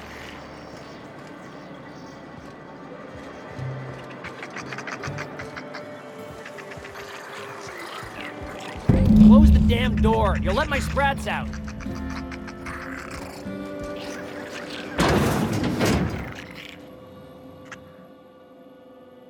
Damn it all! Now look what you've done! It'll take me ages to round him up again. State your purpose, or get out of my face, domicile intruder.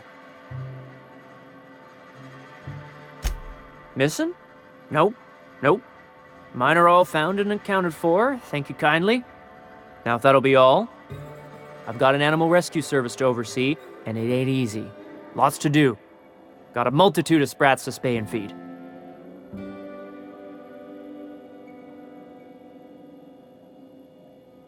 Look, I don't care if Nelson sent you or not. You won't be hurting a hair on any of these sprats' heads. I've killed vicious beasts for them. I ain't afraid to take on a human. Back out of this domicile, hands up, or become sprat food, intruder. You want to dig through sprat droppings? Be my guest. Get your drugs, then get lost.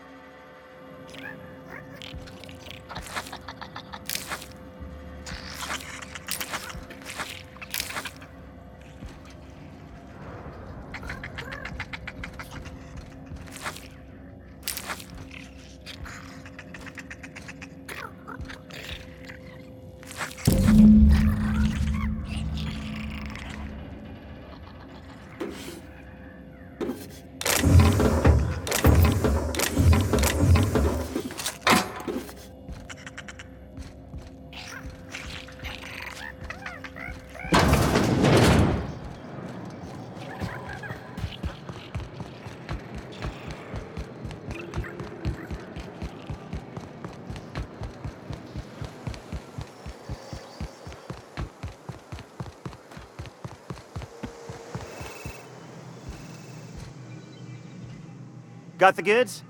Because I know you wouldn't be wasting my time otherwise. Wink. You do? I mean, you do! Of course you do! What did I tell you? Sure-fire delivery system. Works almost every time.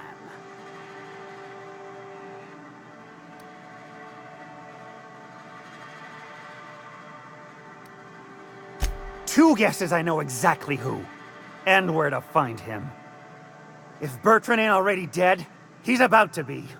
I owe you for bringing this breach in security to my attention. As promised, your cut, plus a little extra to show my gratitude. Now, if there's nothing else you need from me, I must go inventory my goods.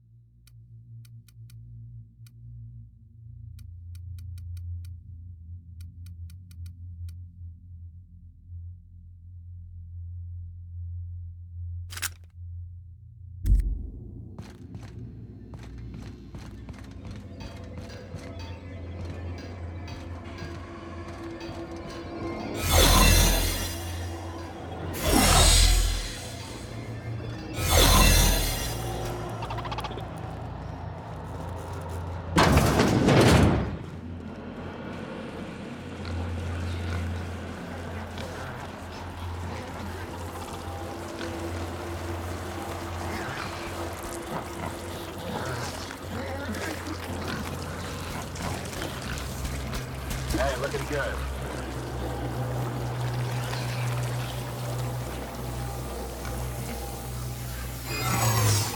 Hold it right there.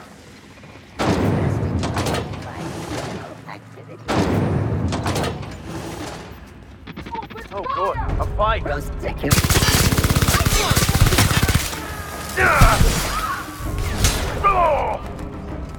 Here's a little trick I learned in prison.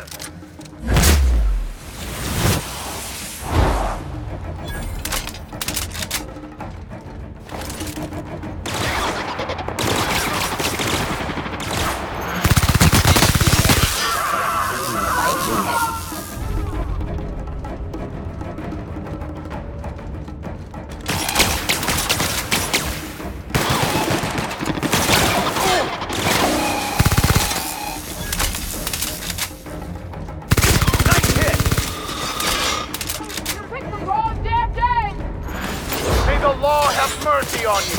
I won't.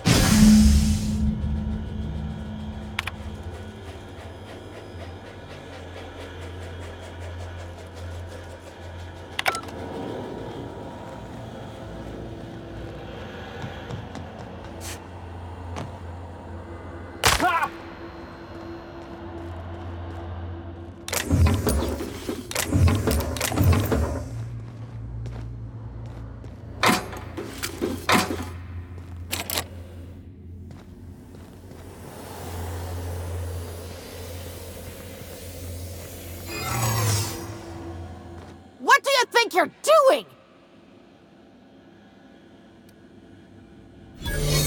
I guess, never mind then.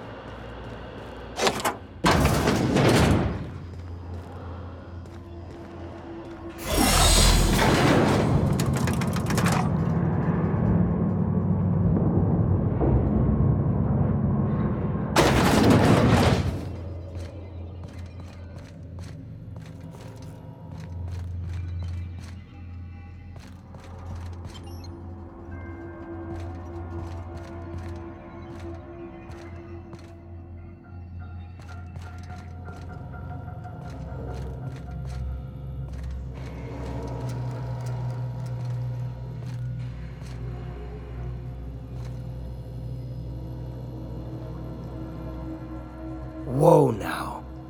And just what do you figure you're doing up here? These are my private quarters, friend. I don't allow tours up here. I don't allow tours ever on deeper consideration.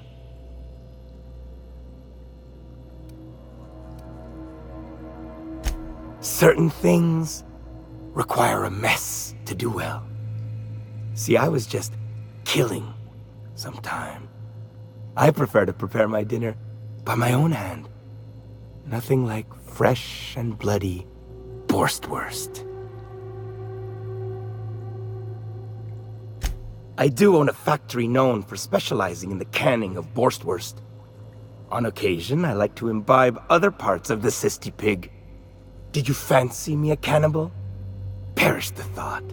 No, I don't eat the bodies, I disappear. A joke, that last was. So, what can I do for you? My full attention is at your disposal. Is he looking at me? Oh, law. He is surely giving me the complete creeps. While I approve of your associate's cautious nature, I still teeter on the verge of losing my patience. Let us move forward with the present proceedings.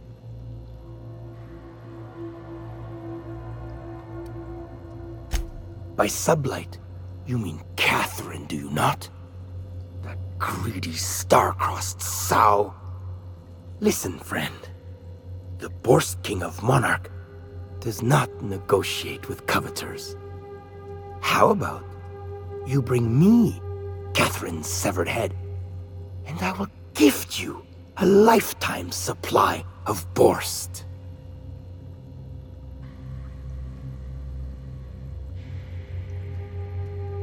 You desire that I should lower myself to Catherine's level of crassness and filth? I cannot fathom how that would cotton myself. The king built this golden monopoly brick by brick from the rubble when the corpse abandoned Monarch. No, he ain't the sort to partner up, as that requires the sharing of power and profits. According to whom? No, I don't see the advantage to me. Besides, didn't anyone tell you? The king don't bow to demands, nor stoop to negotiations, friend. Never mind. Never I should mind? I will never you right up your dark... I mean... All right. Yes. Listen, friend. The Borst King of Monarch does not negotiate with coveters. How about you bring me Catherine's severed head, and I will gift you a lifetime supply of Borst.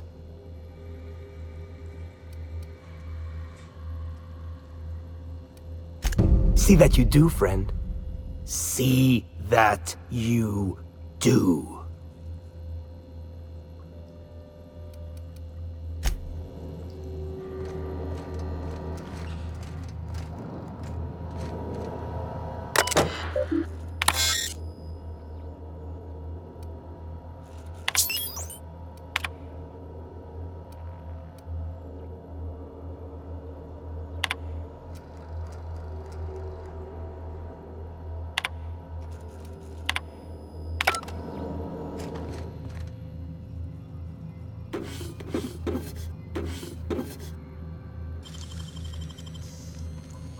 Great work.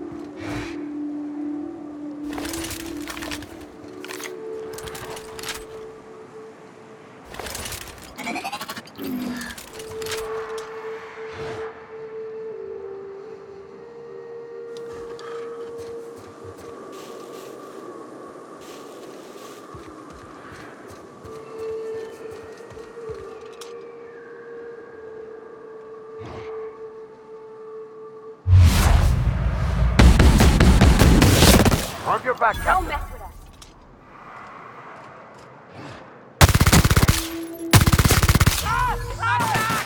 I'll fix you right up!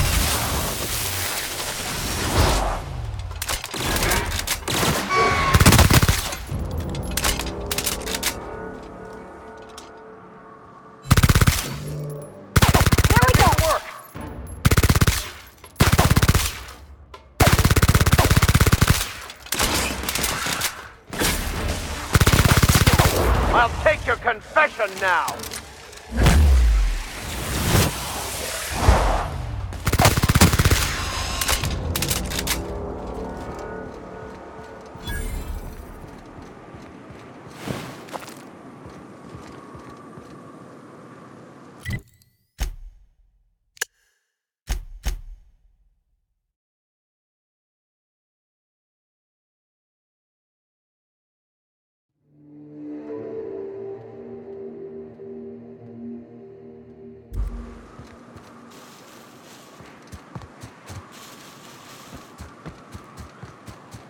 Oh, no.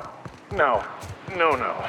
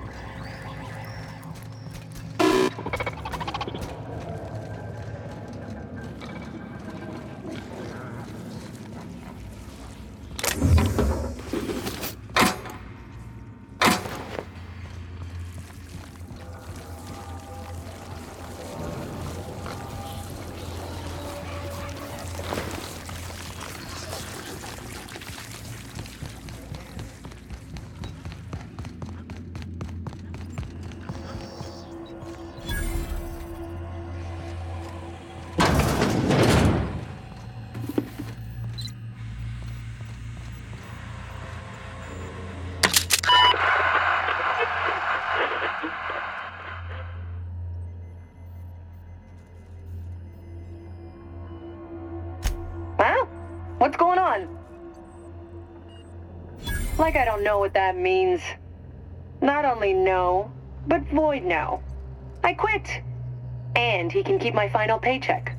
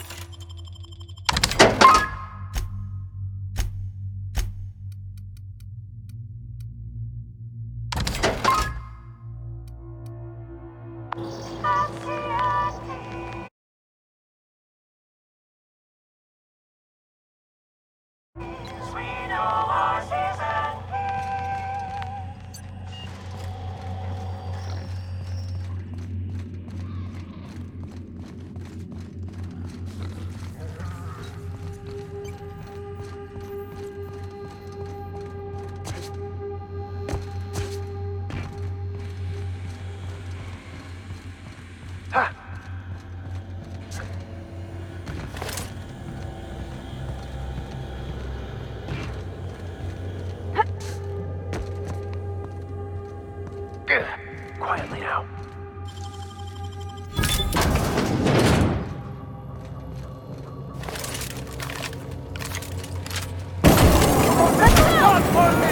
Here goes nothing! Sorry!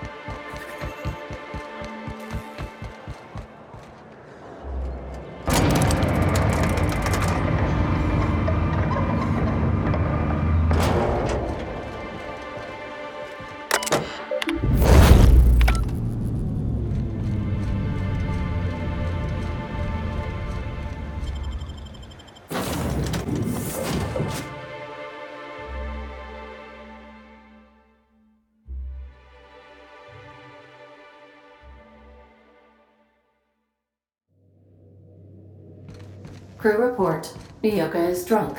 Surprise.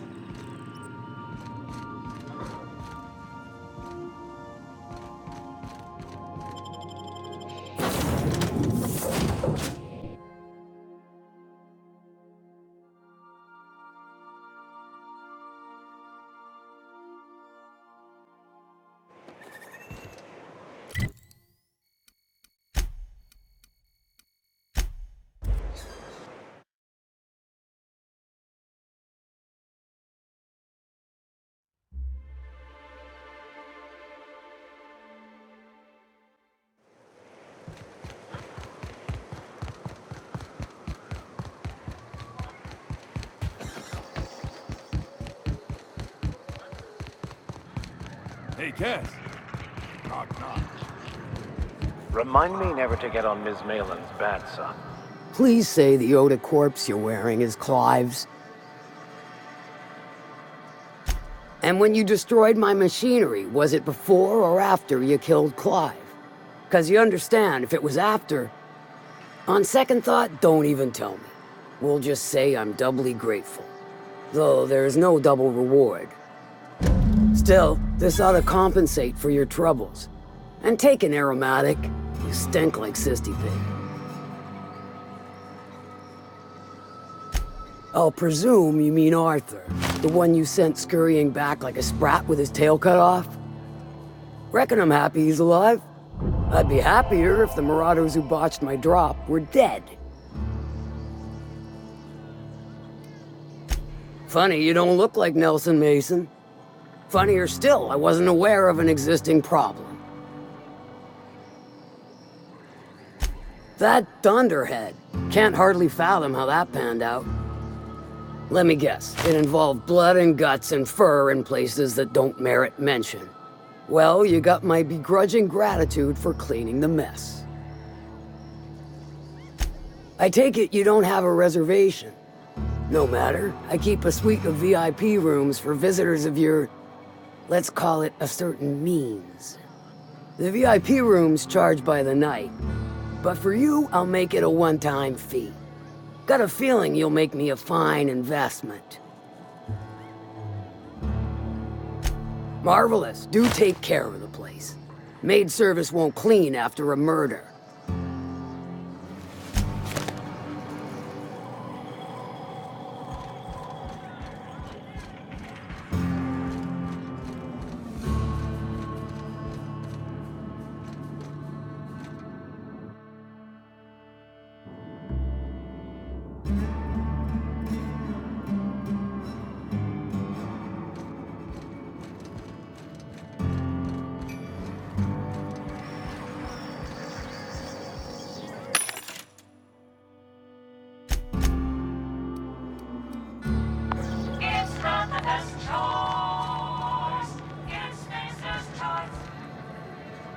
I don't serve your kind. Usually. What's your order?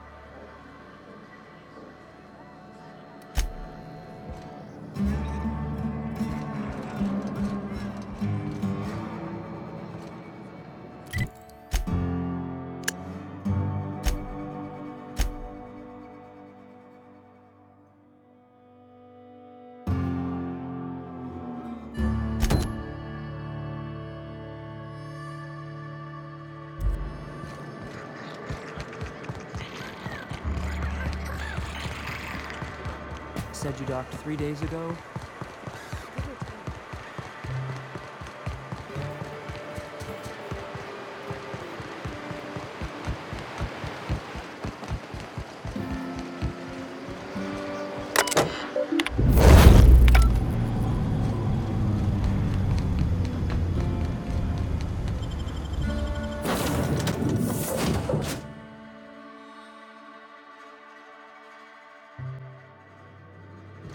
Crew report. Miyoka is drunk. Surprise.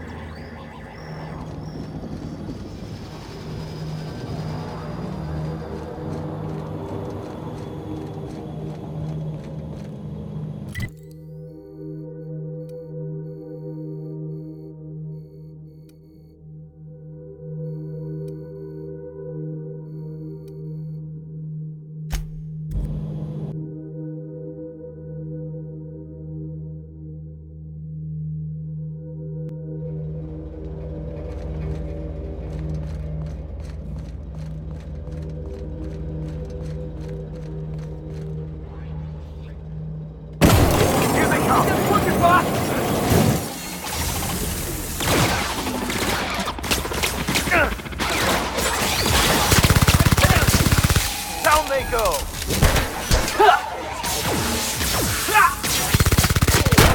Air test. Our survival.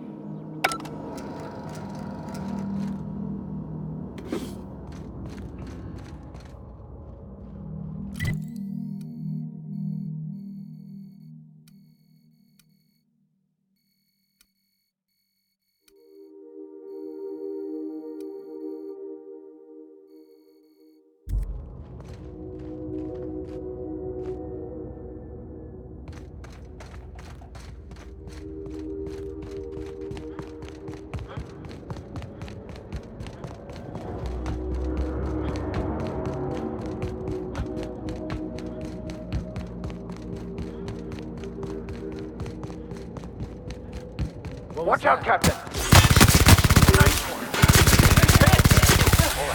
Alright. Everyone alright? Coming back.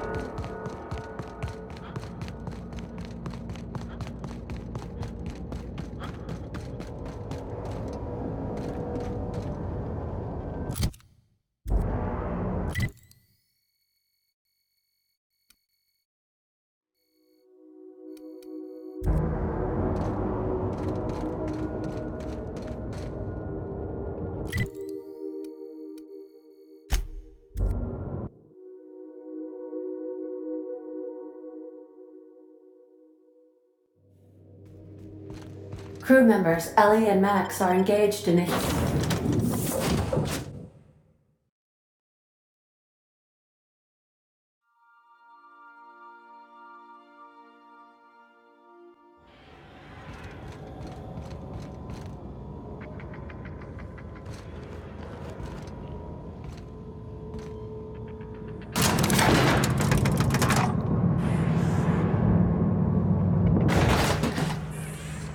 Hey, you. Looking... Where do you think you're going? Yeah. The captain said we might be getting a new recruit. That you, then? Sounds like Clyde's jumping to conclusions, but yeah, I'm Felix. You're on a first-name basis with Captain Harlow, huh? All right, go on through. Got my sights on you.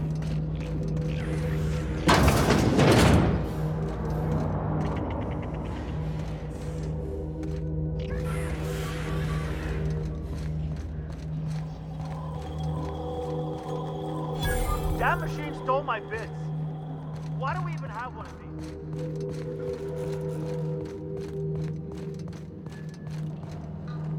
Been ages since we had a good haul. No freighters, no jobs, no contracts. Well, hey there, hullhead. Clawed your way out of the groundbreaker at long last? Uh-huh. Oh, sorry, were you expecting me to say something? Maybe a long time no see, or a you've aged, old man?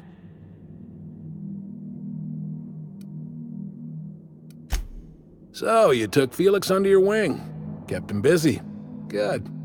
Kid always needed a place to belong. Felix is, a vital member of our crew. He's... well, he's good in a fight. Hear that, Clyde? I've been making something out of myself. So long as you haven't been making a fool of yourself. I'm sure Felix has no end of stories to tell of your exploits together. I look forward to catching up with the boy. I'm working on something. Something big. Something the likes of which Halcyon has never seen. And I want Felix to be a part of my initiative. I'm fulfilling a promise I made to the boy, that one day he and I would change the colony together. That day has finally arrived. Easy there, Clyde. No one said nothing about throwing in with you. In case you didn't notice, I'm pretty happy where I am. I'm not asking you to walk away from your captain, Felix. But neither should you allow yourself to be controlled by fear. Change is not to be feared. I brought you here because I want to know where Felix's loyalties lie. When the day of our revolution comes, I want to know that I can rely on him.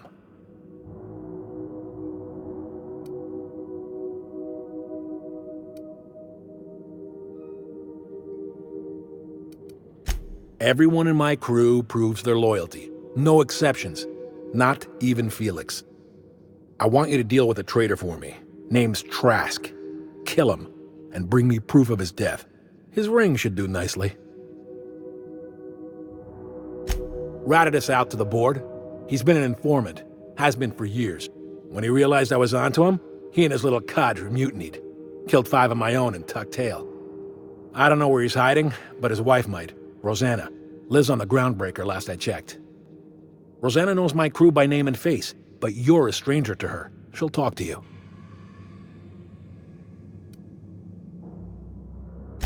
You think so? Maybe we should have a word with Trask. Get his side of the story first. You'd be wasting your breath bandying words with that traitor. But if it makes you feel better, by all means. Remember, I want proof. Bring me his ring. I don't care if the hand's still attached. Here, my token. Think of this as my personal signature. Anyone who knows me by my works will know me by this token.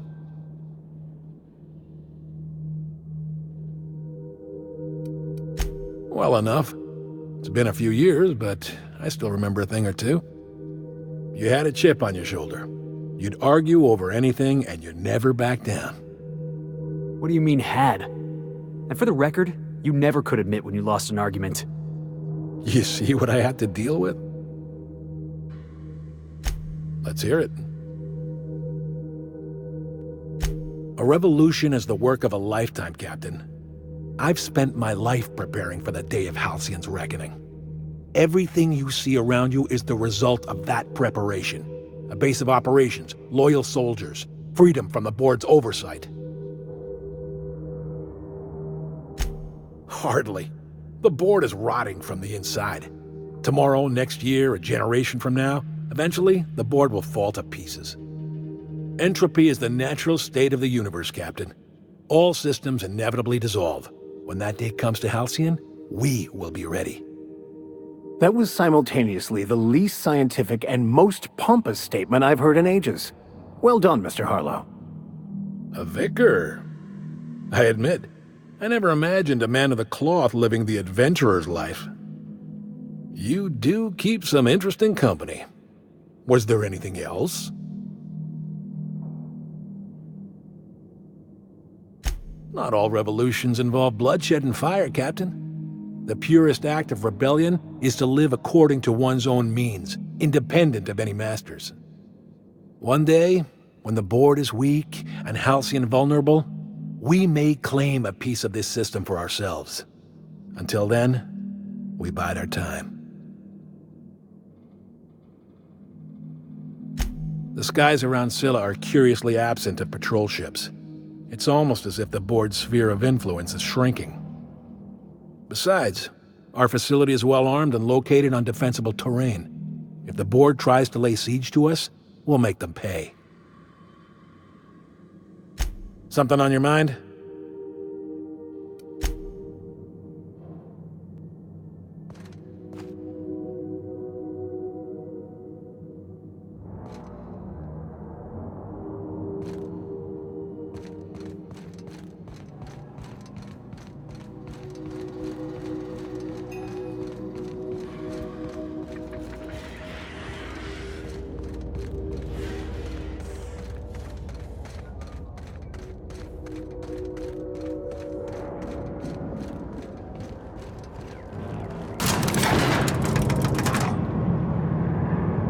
Clyde's got a crew of his own, huh?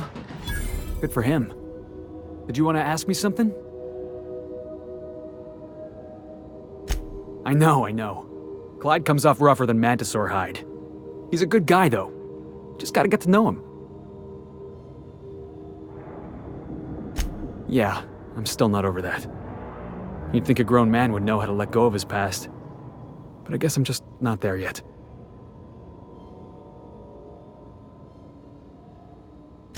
Yeah, maybe you're right. Walking out on a kid when you're pretty much the only friend he's got? That's pretty damn low. Maybe we should go have a word with Trask. Get to the bottom of all this.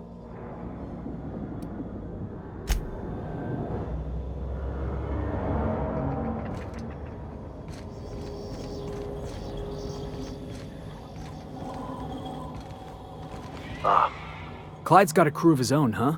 Did you want... As always, I am at your disposal. Anything you'd like to discuss?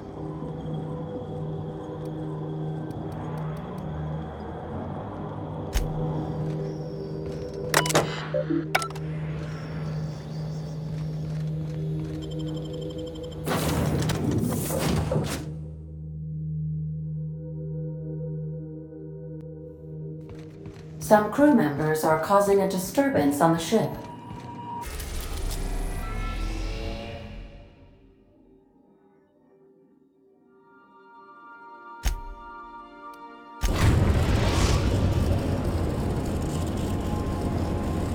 We are now in orbit above Byzantium, Captain.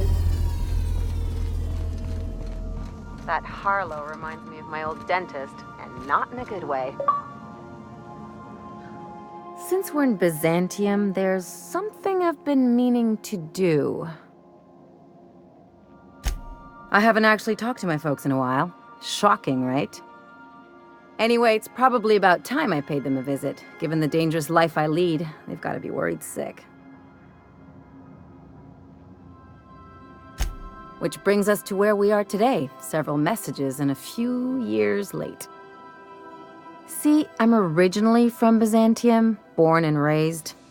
I know that probably comes as a big surprise. This is why I have to see them. They'll hardly recognize me.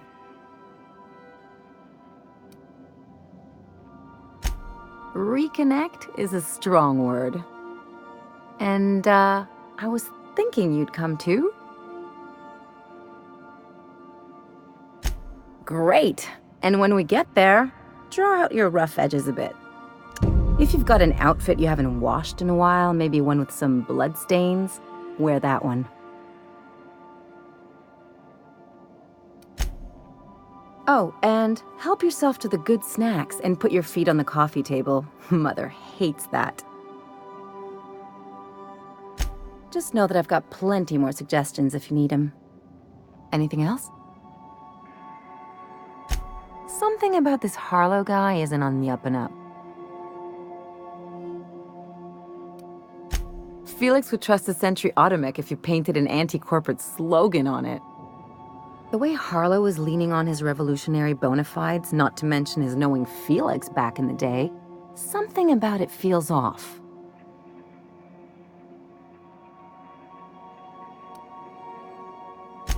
And you're acting like those things are normal. Preferences and drinking buddies are normal, inclinations and acquaintances even. You can fit most of what drives people onto a bit cartridge. The minute someone claims highfalutin notions, they're either lying to you or lying to themselves. Or worse. 1 in 1,000 actually means it. Nothing more dangerous than an idealist. Something on your mind? It's like one of those stuffy art gallery pieces. Looks okay from far off, but once you get close, you realize it's just some mismatched shit everyone's agreed to overpay for. Even the bribes are overpriced. The real question is, why didn't I leave sooner? There's all these invisible rules, and everyone spends all their energy just trying not to break them. Call it what you want, it sucks. I was a top-tier surgeon, but I could hardly open a pack of gauze without 10 people signing off first. That's no way to live. People call Byzantium the jewel of Halcyon, but really, it's just paste. Everything's polished and bureaucracy. Take a close look and you'll see it's deader than anywhere else in the colony.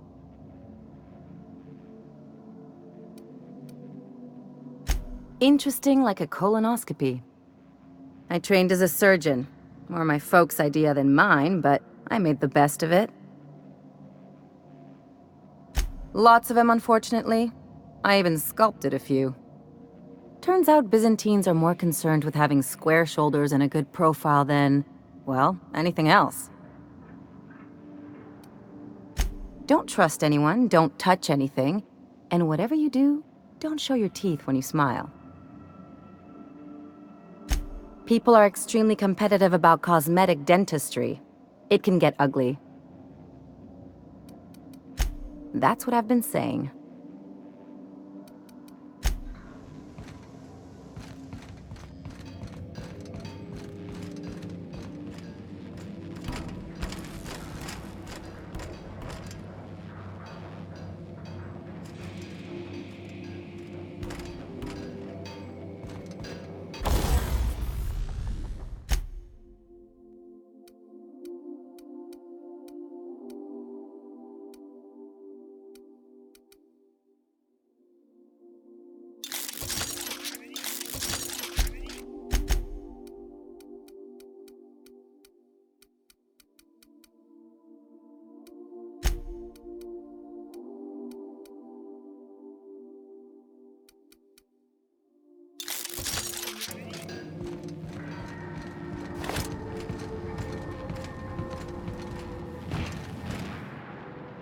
Hey, Cap.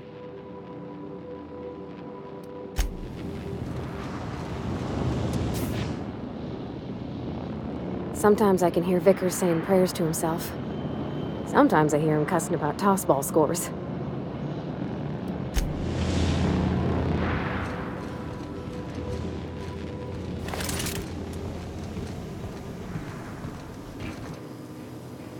It's the strangest thing, Captain, but